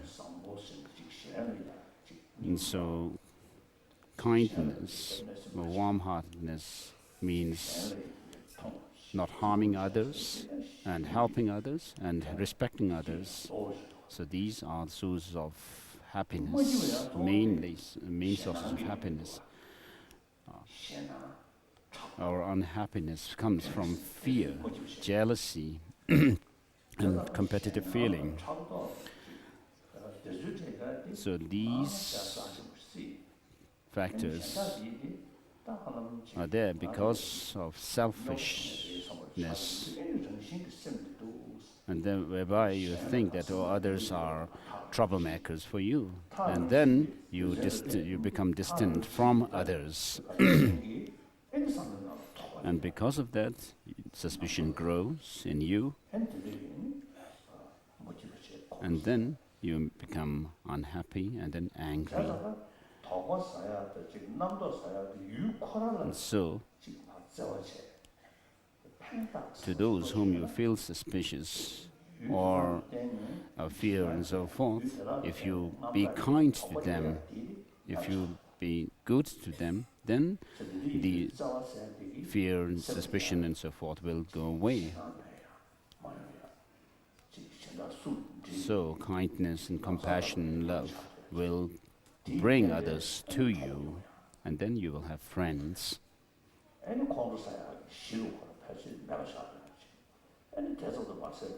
And then there's no reason for becoming angry. And then raping others and stealing others' possessions and killing others. If you have love and compassion towards them, these will not happen. So even if you may be avoiding the 10 non-virtuous actions, but if you do it with love and compassion towards others, there will be powerful. 런이 딱 타버튼 런이 뒷걸음질. So you may avoid doing harm to others, avoid the 10 non-virtuous actions just because you don't want to suffer. And of course you can do that practice and you will reach the nirvana and so forth. But bodhisattvas dedicate for the well-being of others and therefore avoid these 10 non-virtuous actions. And so if you have a good heart, warm heart, then you will create cause within yourself so that your mental peace is not disturbed at all. If you remain selfish, everything else would create suspicion for you. And so all unhappiness is rooted in this extreme self-centered attitude.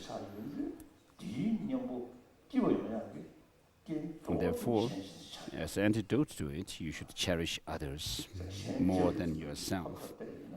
So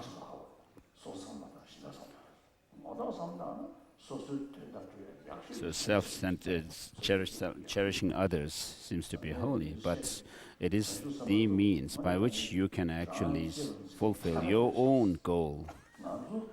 So I usually say bodhisattvas are very wisely selfish because they think of others and then as a byproduct of that they have happiness. Whereas we remain very selfish, self-centered, and as a result we suffer, we are unhappy. And therefore to cherish others means you will create causes for higher rebirth in the next life, and then you remain happy in this life as well. So of course the animals do not have such an opportunity to practice this kind of cherishing others. So while we have this human body and human intelligence, if we live like animals, it's really sad. So in order to cultivate bodhicitta, of course there are other texts which mention about thinking about all sentient beings as being one's near and dear ones, father, mother, and relatives, and so forth. These are mentioned in the Perfection of Wisdom's teachings.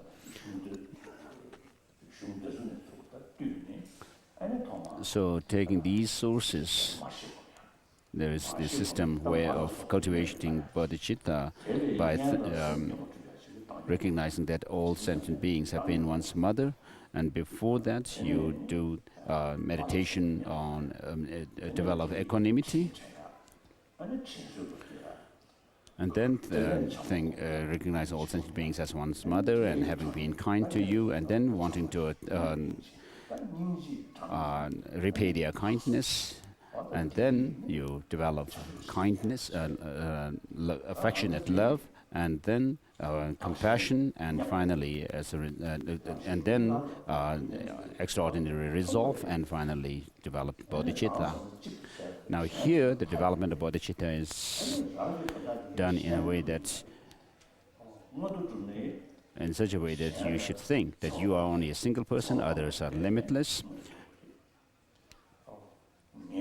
and therefore you avoid harming others. So even with regard to higher rebirths in this life, you survive for your food, clothing, shelter, and fame, and so forth. You depend on others. And then for the next life, you should for a higher rebirth in the next life, you should keep the morality of avoiding 10 non-virtuous actions, and then practicing the perfections, and then making a firm prayer for this. And then through that you attain the higher, definite goodness, or nirvana, which comes through the practice of the three trainings of morality, concentration, and wisdom. And the ultimate definite goodness is omniscient state of Buddhahood, which comes from bodhicitta, which is rooted in love and compassion, and helped by wisdom, realizing emptiness. And so, whether it's a temporary goal of happiness or the happiness in the next in this life or the next life, or definite goodness, nirvana, or final ultimate enlightenment of Buddhahood, everything, all these good things, everything good to us comes from holding others to be happy, being compassionate to others. So because of bodhicitta, the bodhisattvas have attained their realizations, these profound experiences, and then the Buddhas have become Buddhas because of the practice of bodhicitta. And therefore, when you see the great qualities of great qualities of Buddhahood, then you will find admiration, admire bodhicitta more. So even for temporary benefit, if you have compassion, you have the good qualities that you develop, but all the misfortunes that we encounter are because of lack of self-cherishing attitude. And therefore, you need to think about the faults of self-cherishing attitude and the excellent qualities of cherishing others, and then you exchange self and others. So far, we have neglected others' happiness, we have disregarded their happiness and well-being. But now we have to switch our attitudes to considering others to be more important than oneself, knowing that you have the greatest benefit from this. And so if you think more about others, you dedicate for the well-being of others, then you draw the final ultimate benefit. You also fulfill your own goal, as Rinpoche Tsongkhapa has said, that you intend to help others, but as a byproduct, you also fulfill your own goal as well. And so, for equalizing and exchanging others, what is the root of it? That is compassion. So compassion is this attitude of wishing others to be out of suffering. But you need to know, here you need to know what suffering is. So you would know that if you don't know what causes suffering, then you will see that the suffering can be ended. If you don't know the cause of suffering, then you will just make some prayers, or you feel helpless to help other sentient beings. So because of our ignorance, we cause all kinds of problems. Now we need to see whether this ignorance is something, a valid knowledge or not. We'll find if you check, you'll find that it is a misconception. And therefore, since it's a misconception, you have to check whether what it sees in ourselves and others is a fact or reality. You'll find that it is not a fact. And therefore you'll see that this ignorance has some antidote which can end it. And therefore understanding emptiness helps to overcome this ignorance, and you will see that whether it's for attaining nirvana, liberation for yourself, or you think of liberating others, you need this wisdom realizing emptiness as well.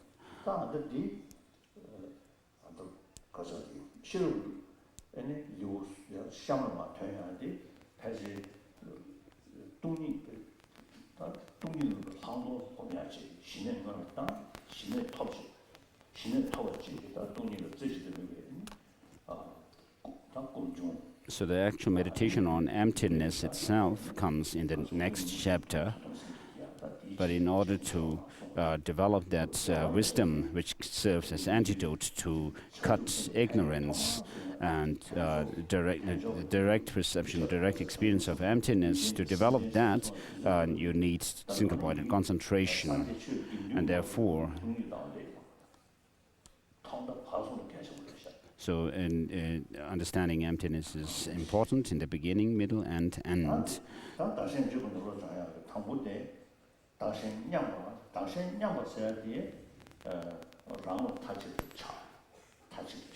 So developing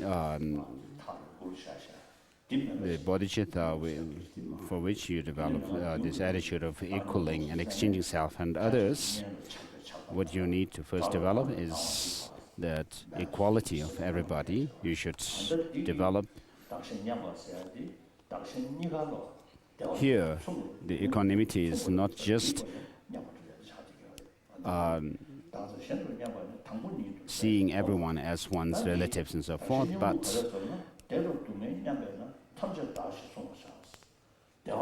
so since oneself and others wants happiness and not suffering, you are equal in that respect.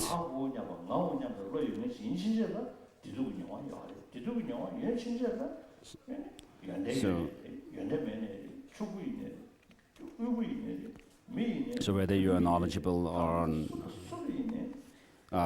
illiterate or poor or wealth and so forth, we all want happiness and not want suffering. And so we all have the same right to achieve happiness and to overcome suffering. So it's not given by someone else, but because we ourselves have this instinct, this natural wish to be happy and not suffering, we have the right to achieve that. So first of all, I should make an effort to meditate upon the equality between self and others. Verse number 19. I should protect all beings just as I do myself, because we are all equal in wanting pleasure and not wanting pain. Although there are many different parts and aspects, such as the hand, as a body that is to be protected, they are one. So all the limbs and other parts of the body should be protected because they are part of the same body. So likewise, all sentient beings who do not want suffering but want happiness, sentient beings in the 6 realms of existence, all of them, you should see that, take yourself as an example, saying that just as I do not want suffering and want happiness, likewise all sentient beings have the same wish.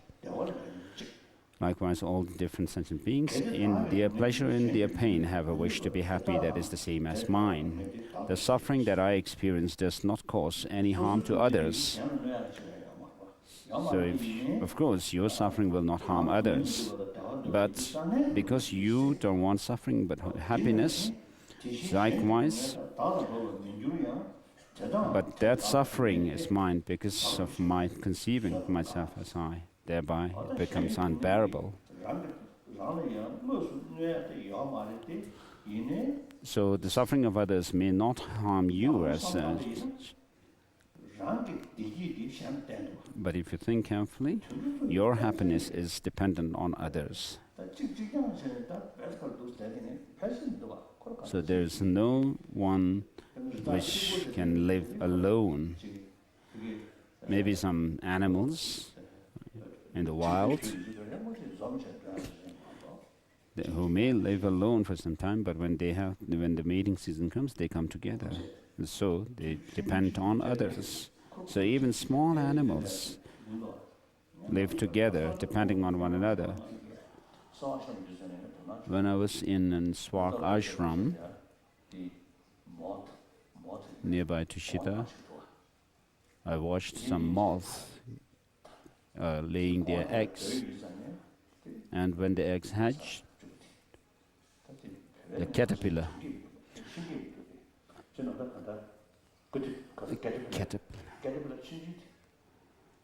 so caterpillars come out and they just remain alone without any protector or guardian.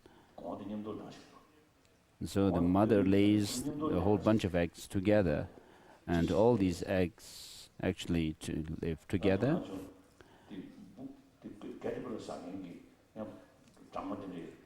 And then I have noticed that there are certain bees which prey on these caterpillars. And when these bees came by, all these caterpillars, they all moved together. So they may not have any other understanding, but they know that they have to live together, survive together, and therefore they make some movement. And in Ladakh recently, there was lots of insects.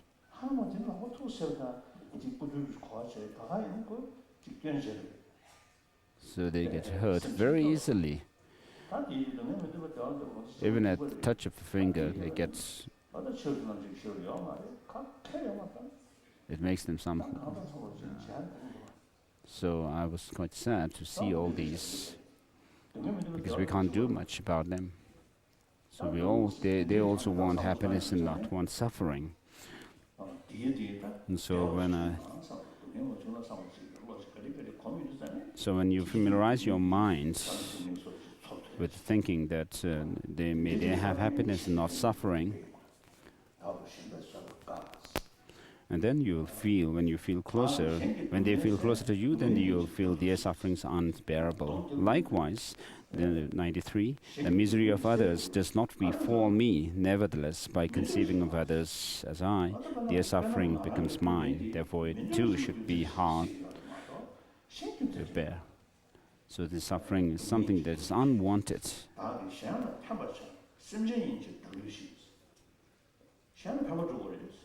Hence, I should dispel the misery of others, because it is suffering, like just like my own, and I should benefit others, because they are sentient beings, just like myself. So this is not only about some religious belief or some law, but merely the fact that nobody wants suffering but happiness. So when both myself and others, page 905, when both myself and others are similar in that we wish to be happy, what is so special about me? Why do I strive for my happiness alone? So what is the reason? Why do we think only about our own happiness? It is because of this self-cherishing attitude that in turn comes about because of our ignorance about the reality. And when both myself and others are similar in that we do not wish to suffer, what is so special about me? Why do I protect myself and not others? So why do I protect my own my own self from suffering so dearly and not others, not that of others? 97, why should I protect them? If their suffering does not cause me any harm, then why protect myself against future suffering if it causes me no harm now?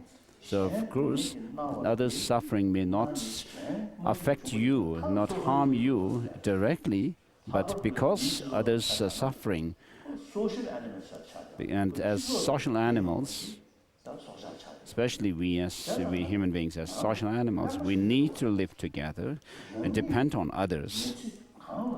And therefore, it's quite foolish if we don't think about, if we disregard the suffering of others.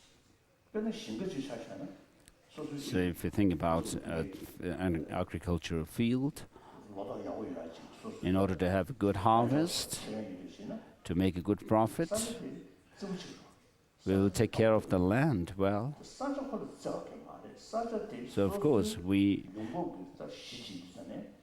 it's not because we have compassion to the land as such, but because we make profit from the harvest that comes from the crop. So we cherish money, but money cannot show us any love.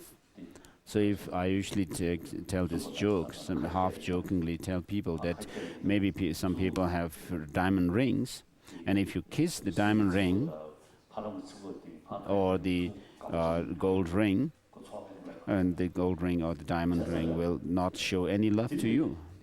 There's no response from that.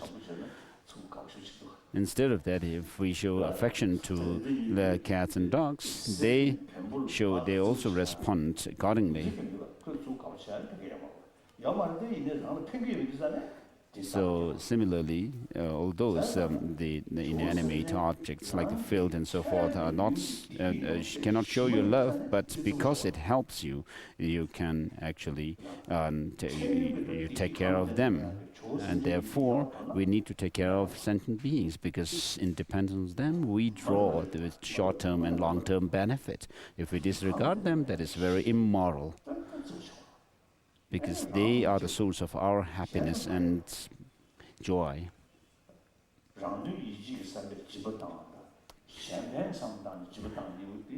Giving some gifts with a selfish motive and giving something with the wish to help others, there's great difference in the result of these two. And so, altruistic attitude is the source of all our goodness and happiness, joy. And if you have some intelligence, you need to cultivate bodhicitta.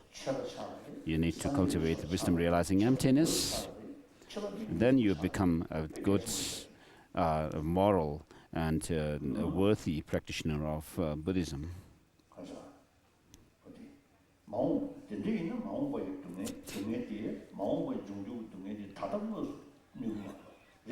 So it says, then why protect myself against future suffering if it causes me no harm now? So you want to protect yourself from suffering in the future, therefore you do something to help yourself now. So likewise, you have to help overcome suffering, protect others. It is a mistaken conception to think that I shall experience the suffering of my next life. For it is another person who dies, and another that will be reborn. So you have this notion of an objectively existing, absolute or an independently existent I.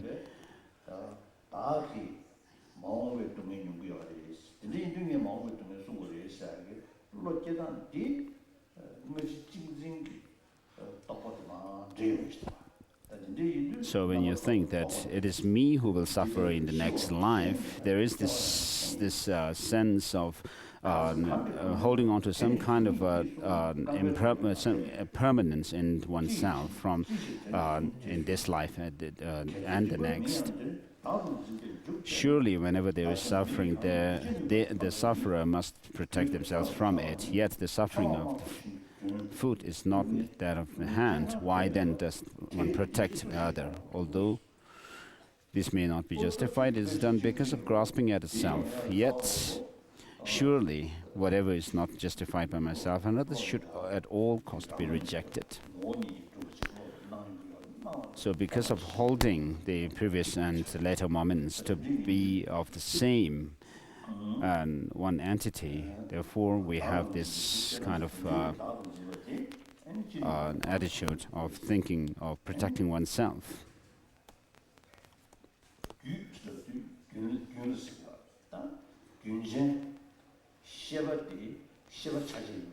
Such things as a continuum and an aggression are false in the same way as prayer beads are and an army. So when we talk about continuum, there is always some continuity to things, whether it's the mind or in the matter.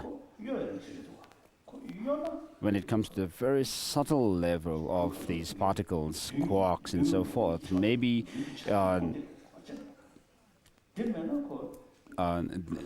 they still have some movement, and that shows that there is some continuity in them as well. And so whether it's mind or consciousness or inanimate things, matter, all of them are formed through aggregation of different parts. When you take those parts, break down the parts, then you will not find anything that you can point to as being this or that. There is no real honor of suffering, therefore, who has control over it? So this shows emptiness. There being no inherent honor of suffering, so the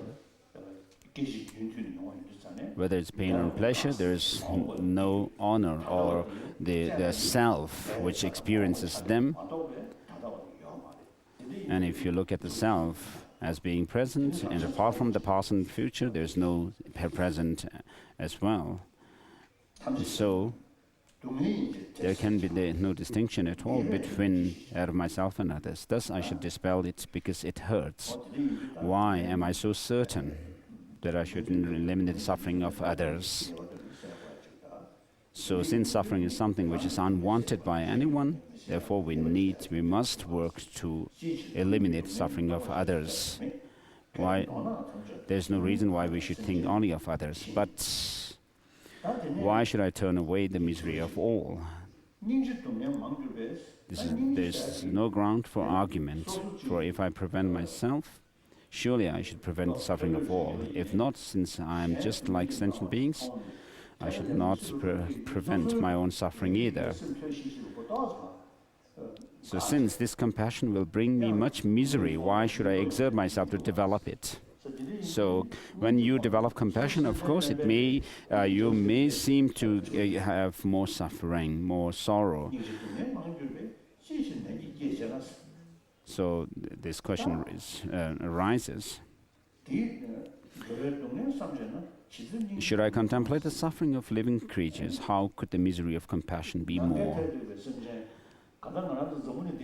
So sentient beings are limitless, infinite, like the expanse of the space. So when you think about the suffering of such a number of sentient beings, it's almost true that you cannot say that cultivating compassion would give you more misery. So as I said earlier, if others are happy, you also are happy. And if others are unhappy and have suffering, and you avoid their suffering, then it is very immoral of you. It's really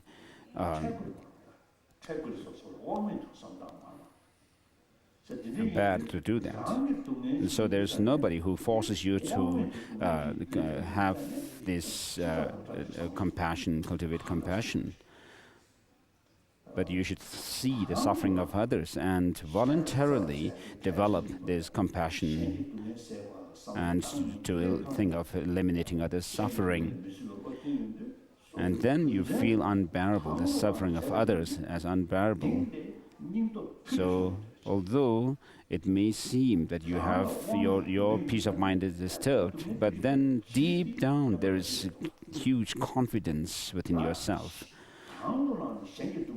So when you voluntarily think of the suffering of others, you are thinking of their suffering to take on their suffering voluntarily with confidence, full confidence. And therefore there is difference. And so how could the misery of compassion be more? If by one person suffering, the suffering of many would be destroyed, surely kind-hearted people would accept it for the sake of themselves and others. So when you take on the suffering of others, so if it could help many others, then for an intelligent person, this is something worthy to practice. So there's a slight disturbance that happens because of thinking of others' suffering and compassion. You have to voluntarily and happily take on the suffering of others.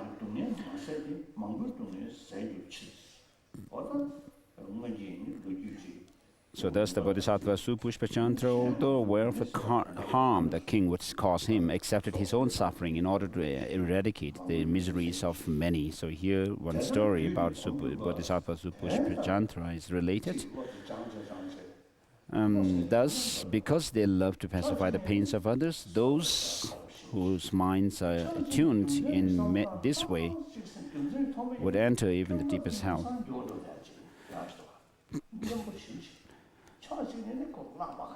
So on the one hand, the mind may seem to be very difficult to tame, but then if you think closer, I mean, you can actually make these changes within yourself. So it seems very fragile and delicate and flexible as well.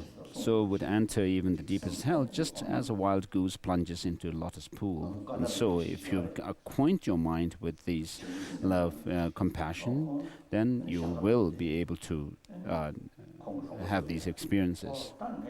And so there was a Kadamba master told his friend that I'm making one prayer, but it seems that it's not being fulfilled. So the master said that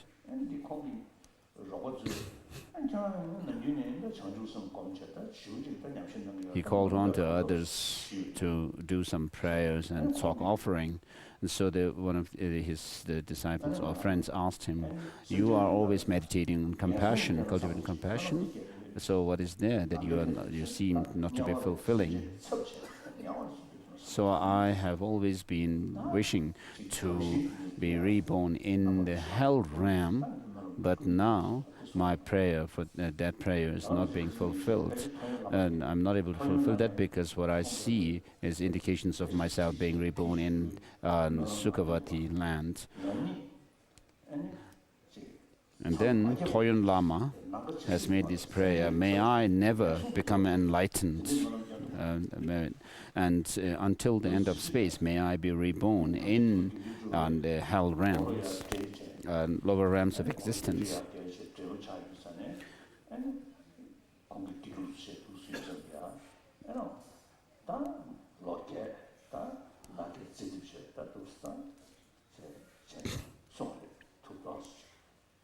And so one Lama said that when he was in his 80s, told his disciples, the first Dalai Lama, I think,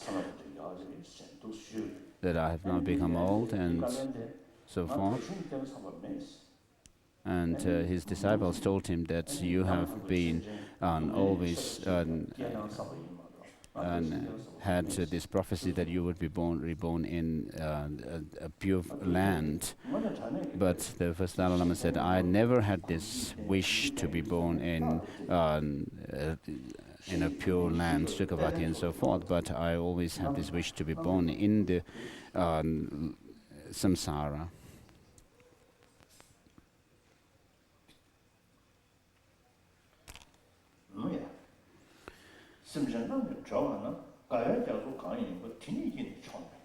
Thus, because they love to pacify the pains of others, those whose minds are tuned to it in this way would enter even deepest hell, just as a wild goose plunges into lotus. Will not the ocean of joy that shall exist when all beings are free be sufficient for me? What am I doing wishing for liberation, my liberation alone? So if we still become servants of our self-cherishing attitude, then we, as humans, have not been able to fulfill our goal.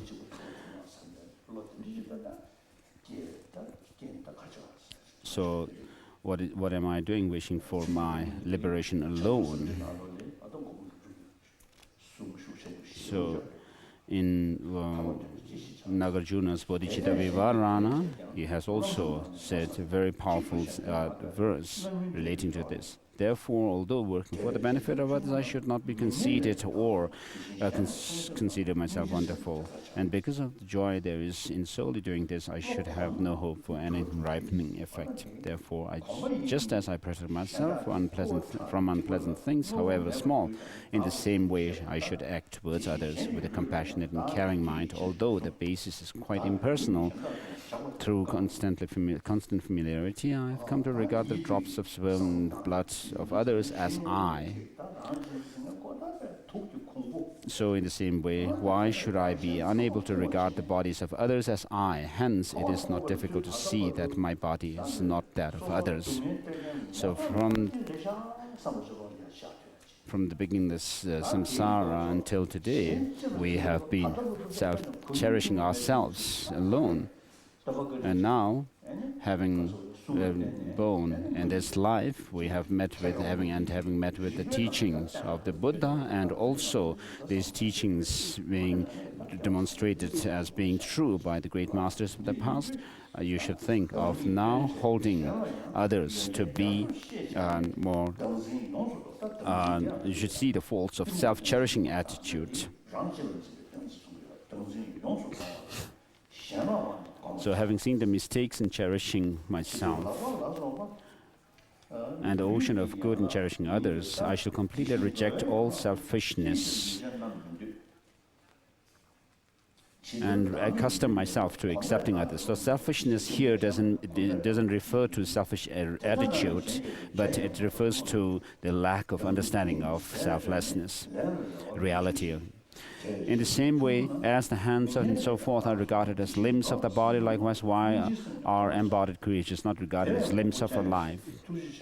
Through acquaintance has the thought of I arisen toward this impersonal body. So in the similar way, why should it not arise towards our living beings? When I work in this way for the sake of others, I should not let conceit and feeling that I am wonderful arise. It is just like feeding myself, I hope for nothing in return. Therefore, just as I protect myself from unpleasant things, however slight, in the same way I should habituate myself to have a compassionate and caring mind towards others. It is out of this great compassion that the Lord of Lokiteshvara has even blessed his name to dispel the nervousness of being among other people. I should not turn away from what is difficult, and by the power of familiarity, I may be made unhappy. So, of course, I have no experience of bodhicitta, but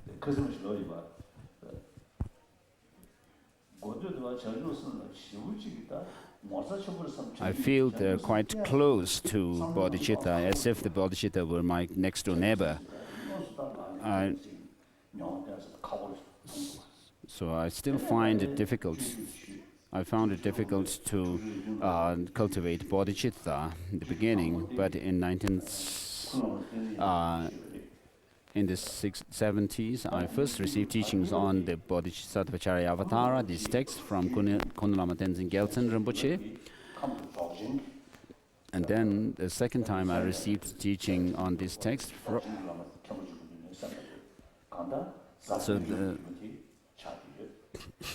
So the lineage that Kundalama Rinpoche held with regard to this teaching and is the Dzogchen Dzabedru Rinpoche's lineage, a Dzogchen master from Kham region of Tibet. And then the second time I received this teaching from Tushik Rinpoche, so who received this teaching from Lhundrup Dzundru Rinpoche, one of the Gaden throne holders, Lhundrup Dzundru. So he, so therefore this may be the Geluk lineage. And so after receiving teachings on this text, then I gave thought to bodhicitta, and then I felt closer to bodhicitta, and I feel that if I could really meditate and cultivate it, I may be able to attain the path of accumulation, as I usually refer to the mantra of the Heart Sutra, Gate Gate, the first Gate, maybe I feel.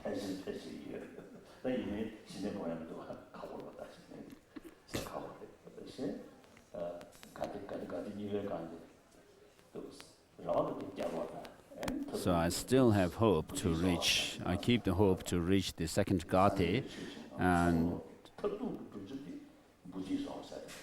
of course all of us, all Buddhist practitioners, our final goal is the Bodhi that referred in the Heart Sutra, Bodhiswaha, that is the ultimate goal.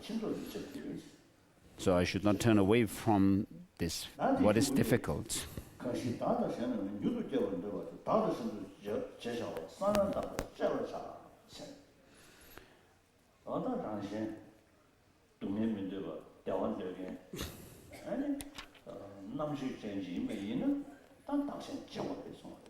So if you are somebody who don't want suffering for oneself and others and to wish happiness for oneself and others, one should cultivate this exchanging self and others. So for those bodhisattvas, for those who have the instinct of bodhicitta, who are of the duller faculty, this is something which is difficult.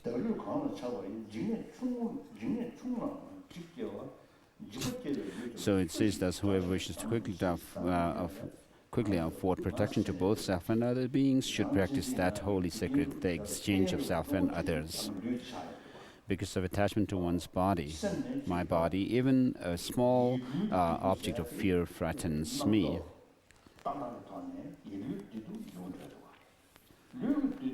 So we can reduce our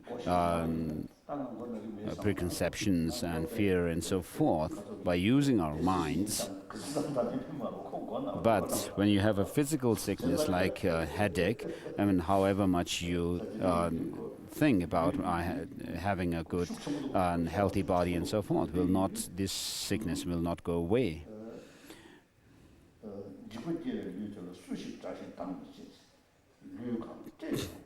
So who would not revile as an enemy this body that gives rise to fear? By wishing for a means to remedy the hunger, thirst, sickness of the body, I might kill birds, fish and deer and loiter by the sides of roads to rob others.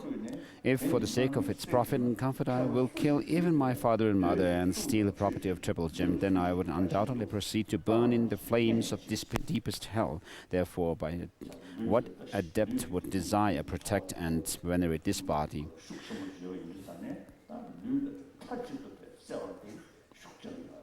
So these are giving teachings on the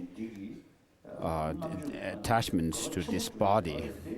Although on the basis of this body and this intelligence that we have, we can achieve huge goals of enlightenment and so forth. But there is lots of problems also that this body creates. So who would not scorn it and regard it as an enemy? Now, from 125 shows the actual practice of equaling and exchanging self and others. So, if I give this, what shall I have to enjoy? So, such selfish thinking is a way of ghosts.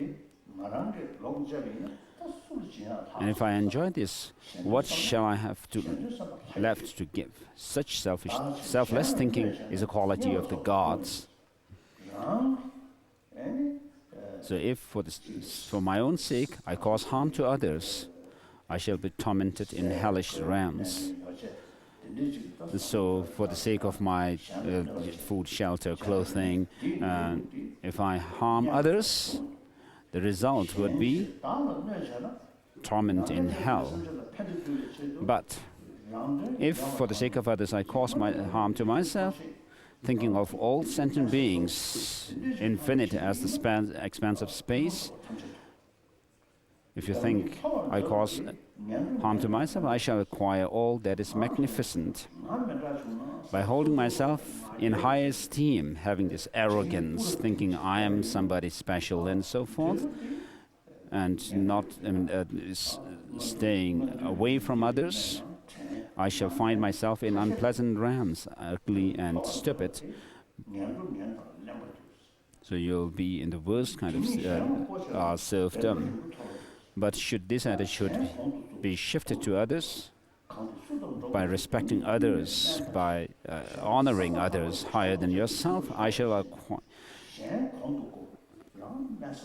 as the 8 verses of mind training says, may I hold others to be the highest, and may I hold myself lowest. So I shall acquire honors in a joyful realm, which means to take rebirth in a higher realm of existence. If I employ others for my own purposes, I myself shall experience servitude. So if you try to make others your servant, then the result is you experience the servitude. But if I use myself for the sake of others, so for the sake of others, if you could actually serve others with your body and your wealth and so forth, and also dedicate all the virtues that you have created for the benefit of other sentient beings, then it says, I shall experience only lordliness. So you should think that everything that you have are meant for other sentient beings to enjoy. As Master Nagarjuna makes this prayer, and also Master Shantideva makes this prayer, to be sustenance for all sentient beings until the end of space, as they desire.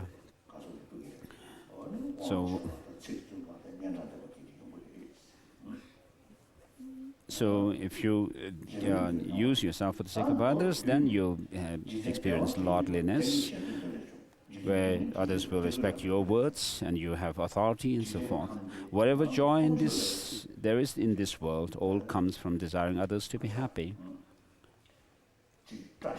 So even in our empirical experience, we can see that if you are altruistic, then you and others are happy. So amongst the leaders, if there are people who think of the masses more than themselves, then everyone will be happy. Whereas people in authority and people who have wealth and knowledge, expertise, if they think about themselves alone, if they are selfish, then they would have to live in fear and anxiety. So whatever joy there is in this world will come from desiring others to be happy. And whatever suffering there is in this world, all comes from desiring oneself to be happy. So this is like a huge summary that Master Shantideva is making. So even in a family, if everyone thinks of others more than themselves alone, then the family would be happier. On the other hand, if they think selfishly, then they will have suspicion about one another, and then there's anxiety and fear, and then there would be fighting. And so, whether we're talking about something small or big, whatever good there is comes from wishing others to be happy, and all the misfortunes come from wishing oneself to be happy. So what need is there to say much more? So the childish work for their own benefit, the childish like ourselves, and the Buddhas who think of others' well-being, work for the benefit of others. Just look at the difference between them. If I do not actually exchange my happiness for the suffering of others, I shall not attain the state of Buddhahood. And even in cyclic existence shall have no joy. If I cannot exchange self and others, happiness of oneself and suffering of others, you will not reach Buddhahood, leave alone reaching Buddhahood. Even in samsara, you will not be happy. So as I said earlier, a dog who always barks at others and fights with others will always remain alone. And cats also. So whereas a friendly dog, a dog which is friendly with others, can sleep very cozily. So selfishness results in loneliness, let alone what is beyond this world. Because my servants do not work, and because my masters give me no pay, even the needs of this life will not be fulfilled.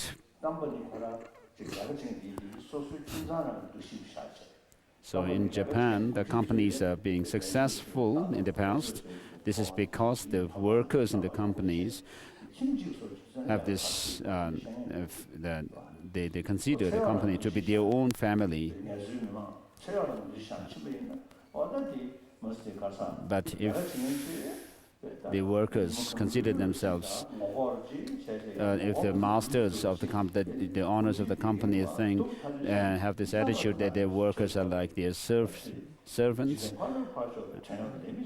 and that the workers will not be so enthusiastic to work in the company. So by rejecting that the method that establishes both foreseeable and forcible joy, I cast magnificent delight completely aside, and then, because of inflicting misery on others in confusion, I seize hold of unbearable pain. So whether the happiness that we can actually see in this life, or those which we do not have access yet, if all the injury, they come from thinking to benefit others, if all injury, fear and pain in this world arise from grasping itself, then what use is that great goes to me? So in history we have people who are considered very, very negative, evil. Of course, they were not evil right at birth, but because of circumstances and friends and their own way of thinking, they became people who thought only about their own selves. And then they bullied others, and therefore they have become evil people in history. Whereas others, like Mahatma Gandhi or Martin Luther King, who thought about others' well-being, although it's been many years since their death, people still feel joy when they hear their names. 135. If I do not completely forsake it, I shall be unable to put an end to suffering, just as I cannot avoid being burned if I do not cast aside the fire I hold. Therefore, in order to allay these harms inflicted upon me, and in order to pacify the suffering of others, I shall give myself up to others and cherish them as I do my very self. I am under the control of others. Of this mind you must be certain. Now, except for benefiting every creature, you must not think of anything else. Now you should exhort yourself with these lines. So far we have given ourselves, trusted ourselves to the self-cherishing attitude, and we have been deceived by it. And therefore, I will go the other way around, and I will from now on cherish others more than myself.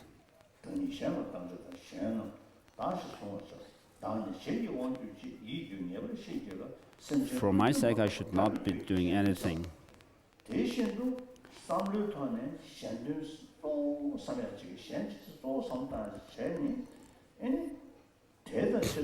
So in your mind, you should hold others to be dearer than yourself, cherish them more than yourself, and therefore you give yourself, consider yourself for others, at the service of others.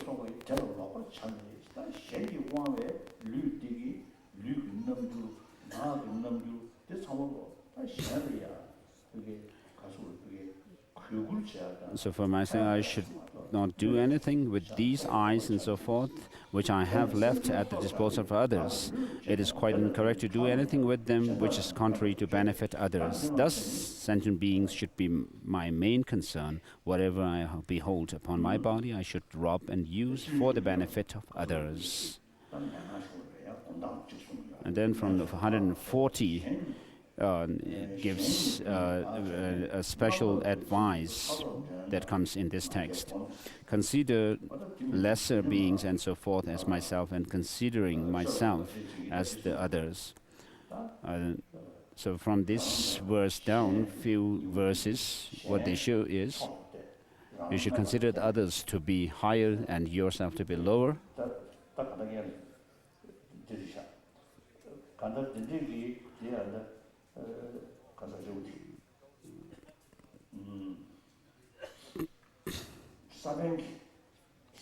Sajja Pandita has said in his text called Tuba Gongsil, illuminating the intention of the Buddha.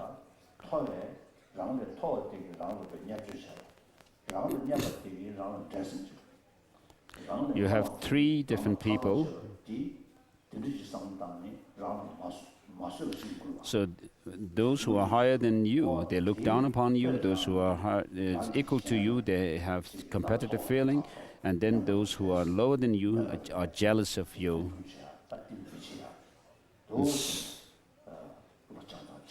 So this is one way of training your mind.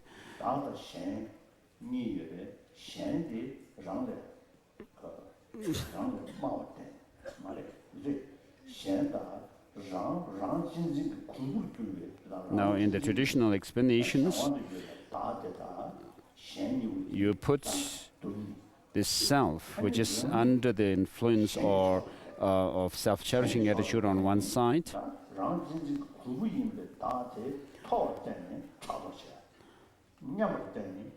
and then you imagine yourself, another self, on the other side, and look at this other one who is full of self-cherishing attitude as higher than yourself, and then have jealousy.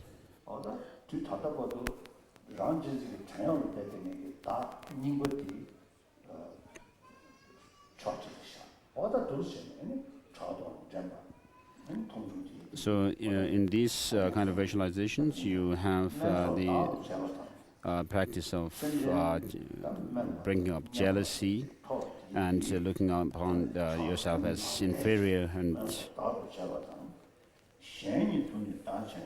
so consider lesser beings as so forth as myself, and consider myself as the other. And the following way, I should meditate upon envy, competitiveness, and self-importance, with a mind free from distorted concepts.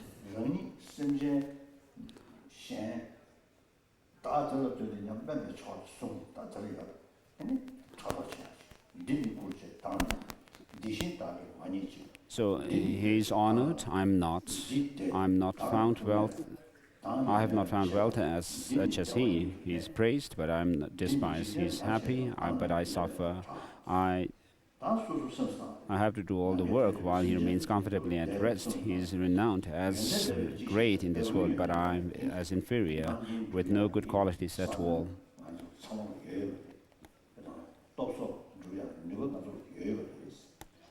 But what do you mean? I have no good qualities. I have all good qualities. Compared to many, he is inferior, and compared to many, I am high.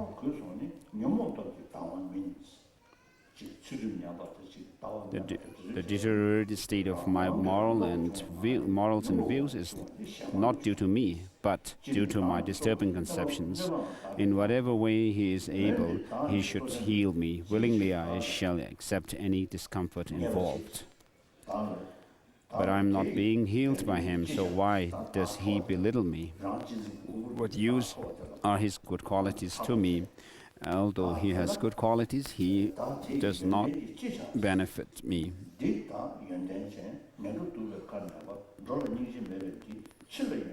With no compassion for the beings who dwell in the poisonous mouth of harmful realms, externally he is proud of his good qualities and wishes to put down the wise.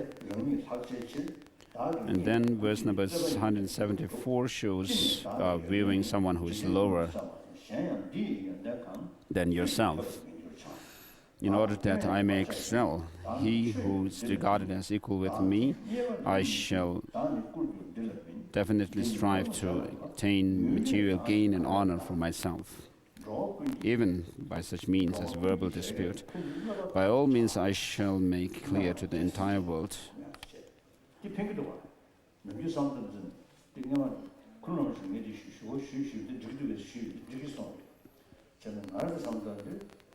So verse number 174 shows visualizing someone equal to you, and then having these thoughts.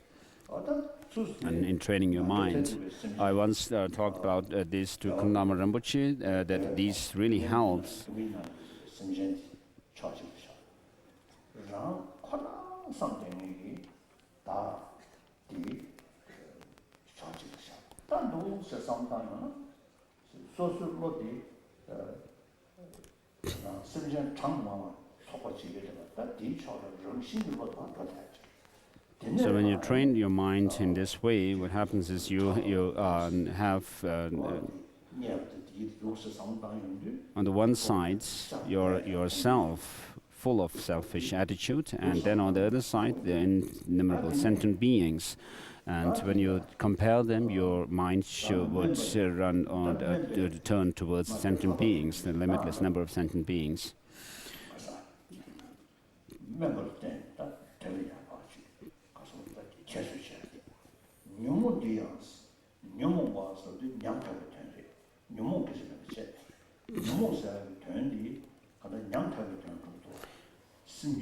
And so it is said that this is deluded one. This deluded one is trying to compete with me. So here deluded is not so much to talk about delusion, someone who is deluded as such, but someone who is very poor and impoverished. Is trying to compete with me, but how can he be equal with me in learning, intelligence, form, class, and or wealth?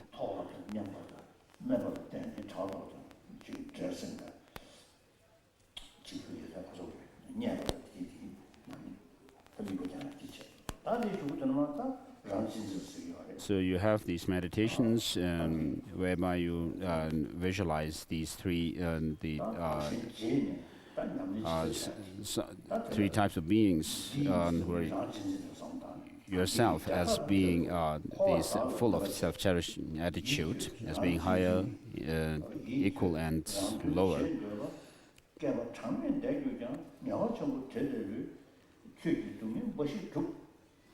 Because of desiring benefit yourself, O mind, all weariness you have gone through over countless past eons has only succeeded in achieving misery. Therefore, I shall definitely engage myself in working for the benefit of others. For since the words of the Mighty One are infallible, I shall behold its advantages in the future. So if you could train your mind to cherish others more than yourself, and reduce the self-cherishing attitude, and through this training, if you could at least have some experience of having reduced the self-cherishing attitude and cherishing others more than yourself, then you will have happiness. In the past, I have practiced this act of exchanging self and others. A situation such as this, devoid of magnificence and bliss of the Buddha, could not possibly have come about. Therefore, just as I have come to hold as I these drops of sperm and blood of others, likewise through acquaintance I should also come to regard all others.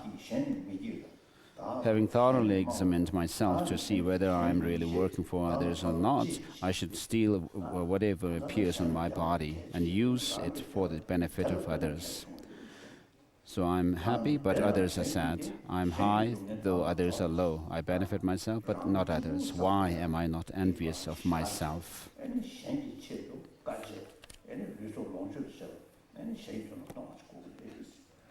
So 161, I must separate myself from happiness and say, take upon myself the suffering of others. Why am I doing this now? In this way, I should examine myself, examine myself for faults. Although others may do something wrong, I should transform it into fault of my own. But should I do something even slightly wrong, I shall openly admit it to many people. By further describing the renown of others, I should make it outshine my own.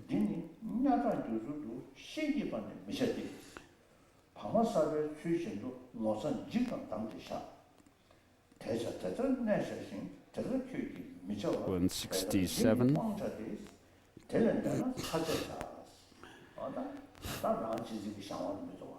So this shows that you will not let yourself be under the sway of the self-cherishing attitude, but cherishing others.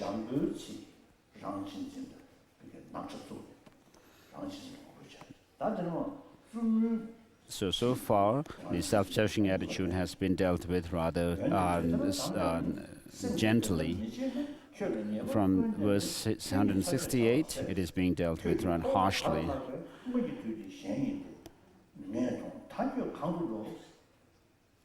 However, mind, although you have been advised, if you do not act in a like manner, then since all misfortunes will entrust themselves to you, you will only be destined to destruction. So that previous time when you could overcome me is now past. Now I see your nature and your faults, and wherever you go, I shall destroy your arrogance.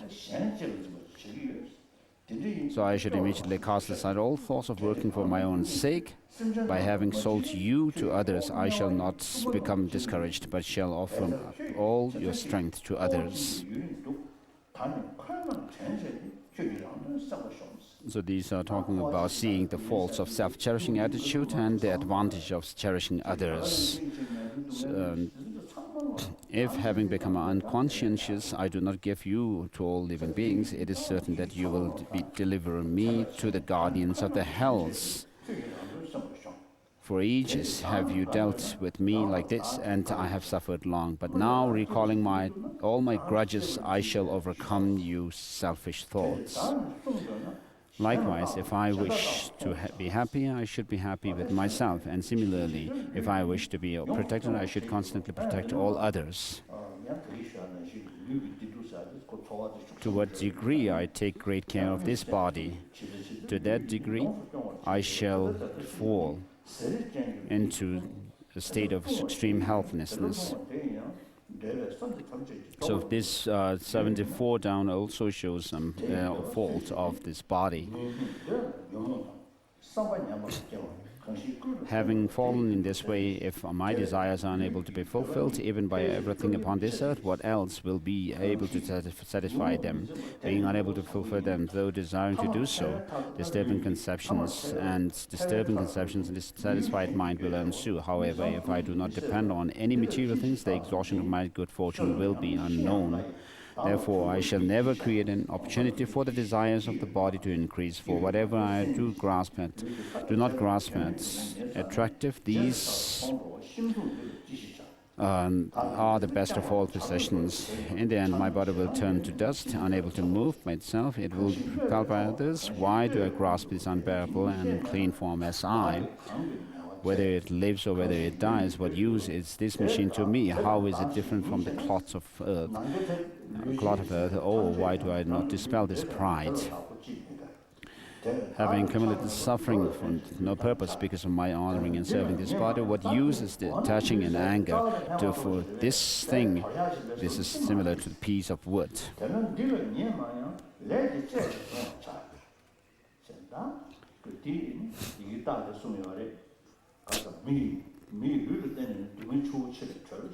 So earlier in the text, there's mention of using this human body. You should journey or voyage across the ocean of suffering.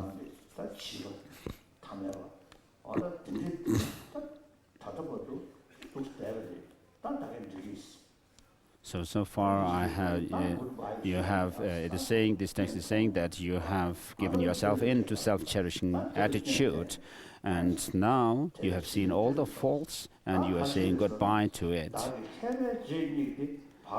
It says, so enough of this childish behavior, I shall follow in steps of the wise, in verse 185. And having recalled the advice concerning consciousness, I shall turn away sleep and mental dullness. Just like the compassionate children of the conqueror, I shall patiently accept what I have to do.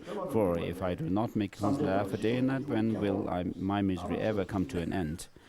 Therefore, in order to dispel the obscurations, I shall withdraw my mind from the mistaken ways and constantly place it in focus upon the perfect object. So this text is like a king of different treatises, amongst treatises, explaining the cultivation of bodhicitta. So chapter 9, I'll read through some verses. All the 84,000 teachings of the Buddha are meant for cultivating and developing this wisdom, which is able to do critical analysis into the reality. So omniscient mind of body is what we are aiming at.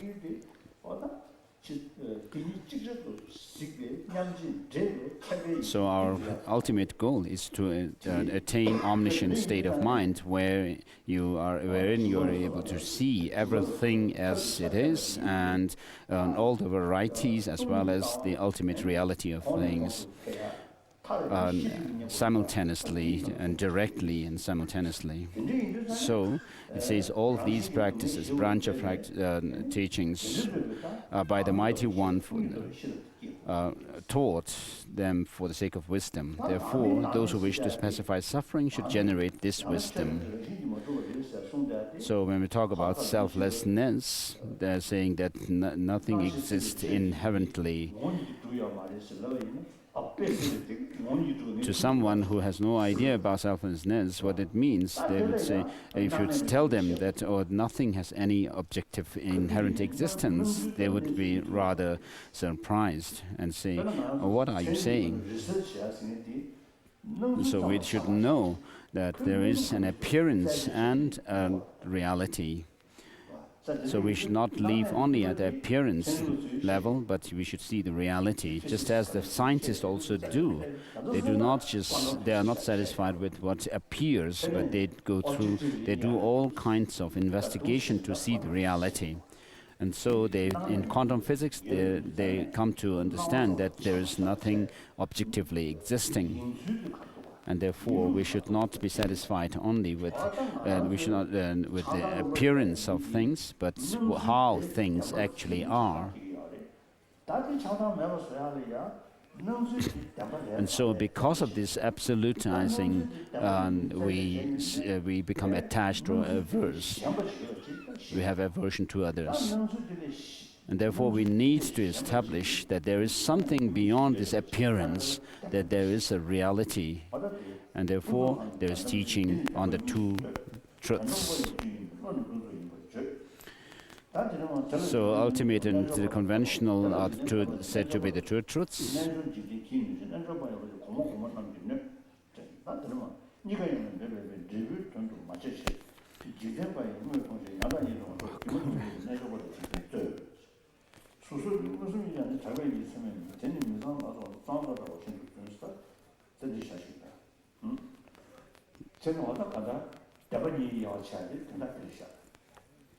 So the differentiation between the two truths is because we are lost in what appears to us and are not able to see the reality, therefore we get confused.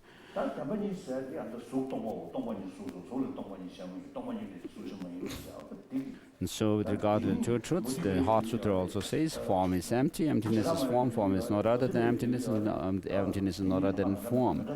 So in all the religious philosophical traditions, non-Buddhist and Buddhist philosophical schools, they talk about the two truths.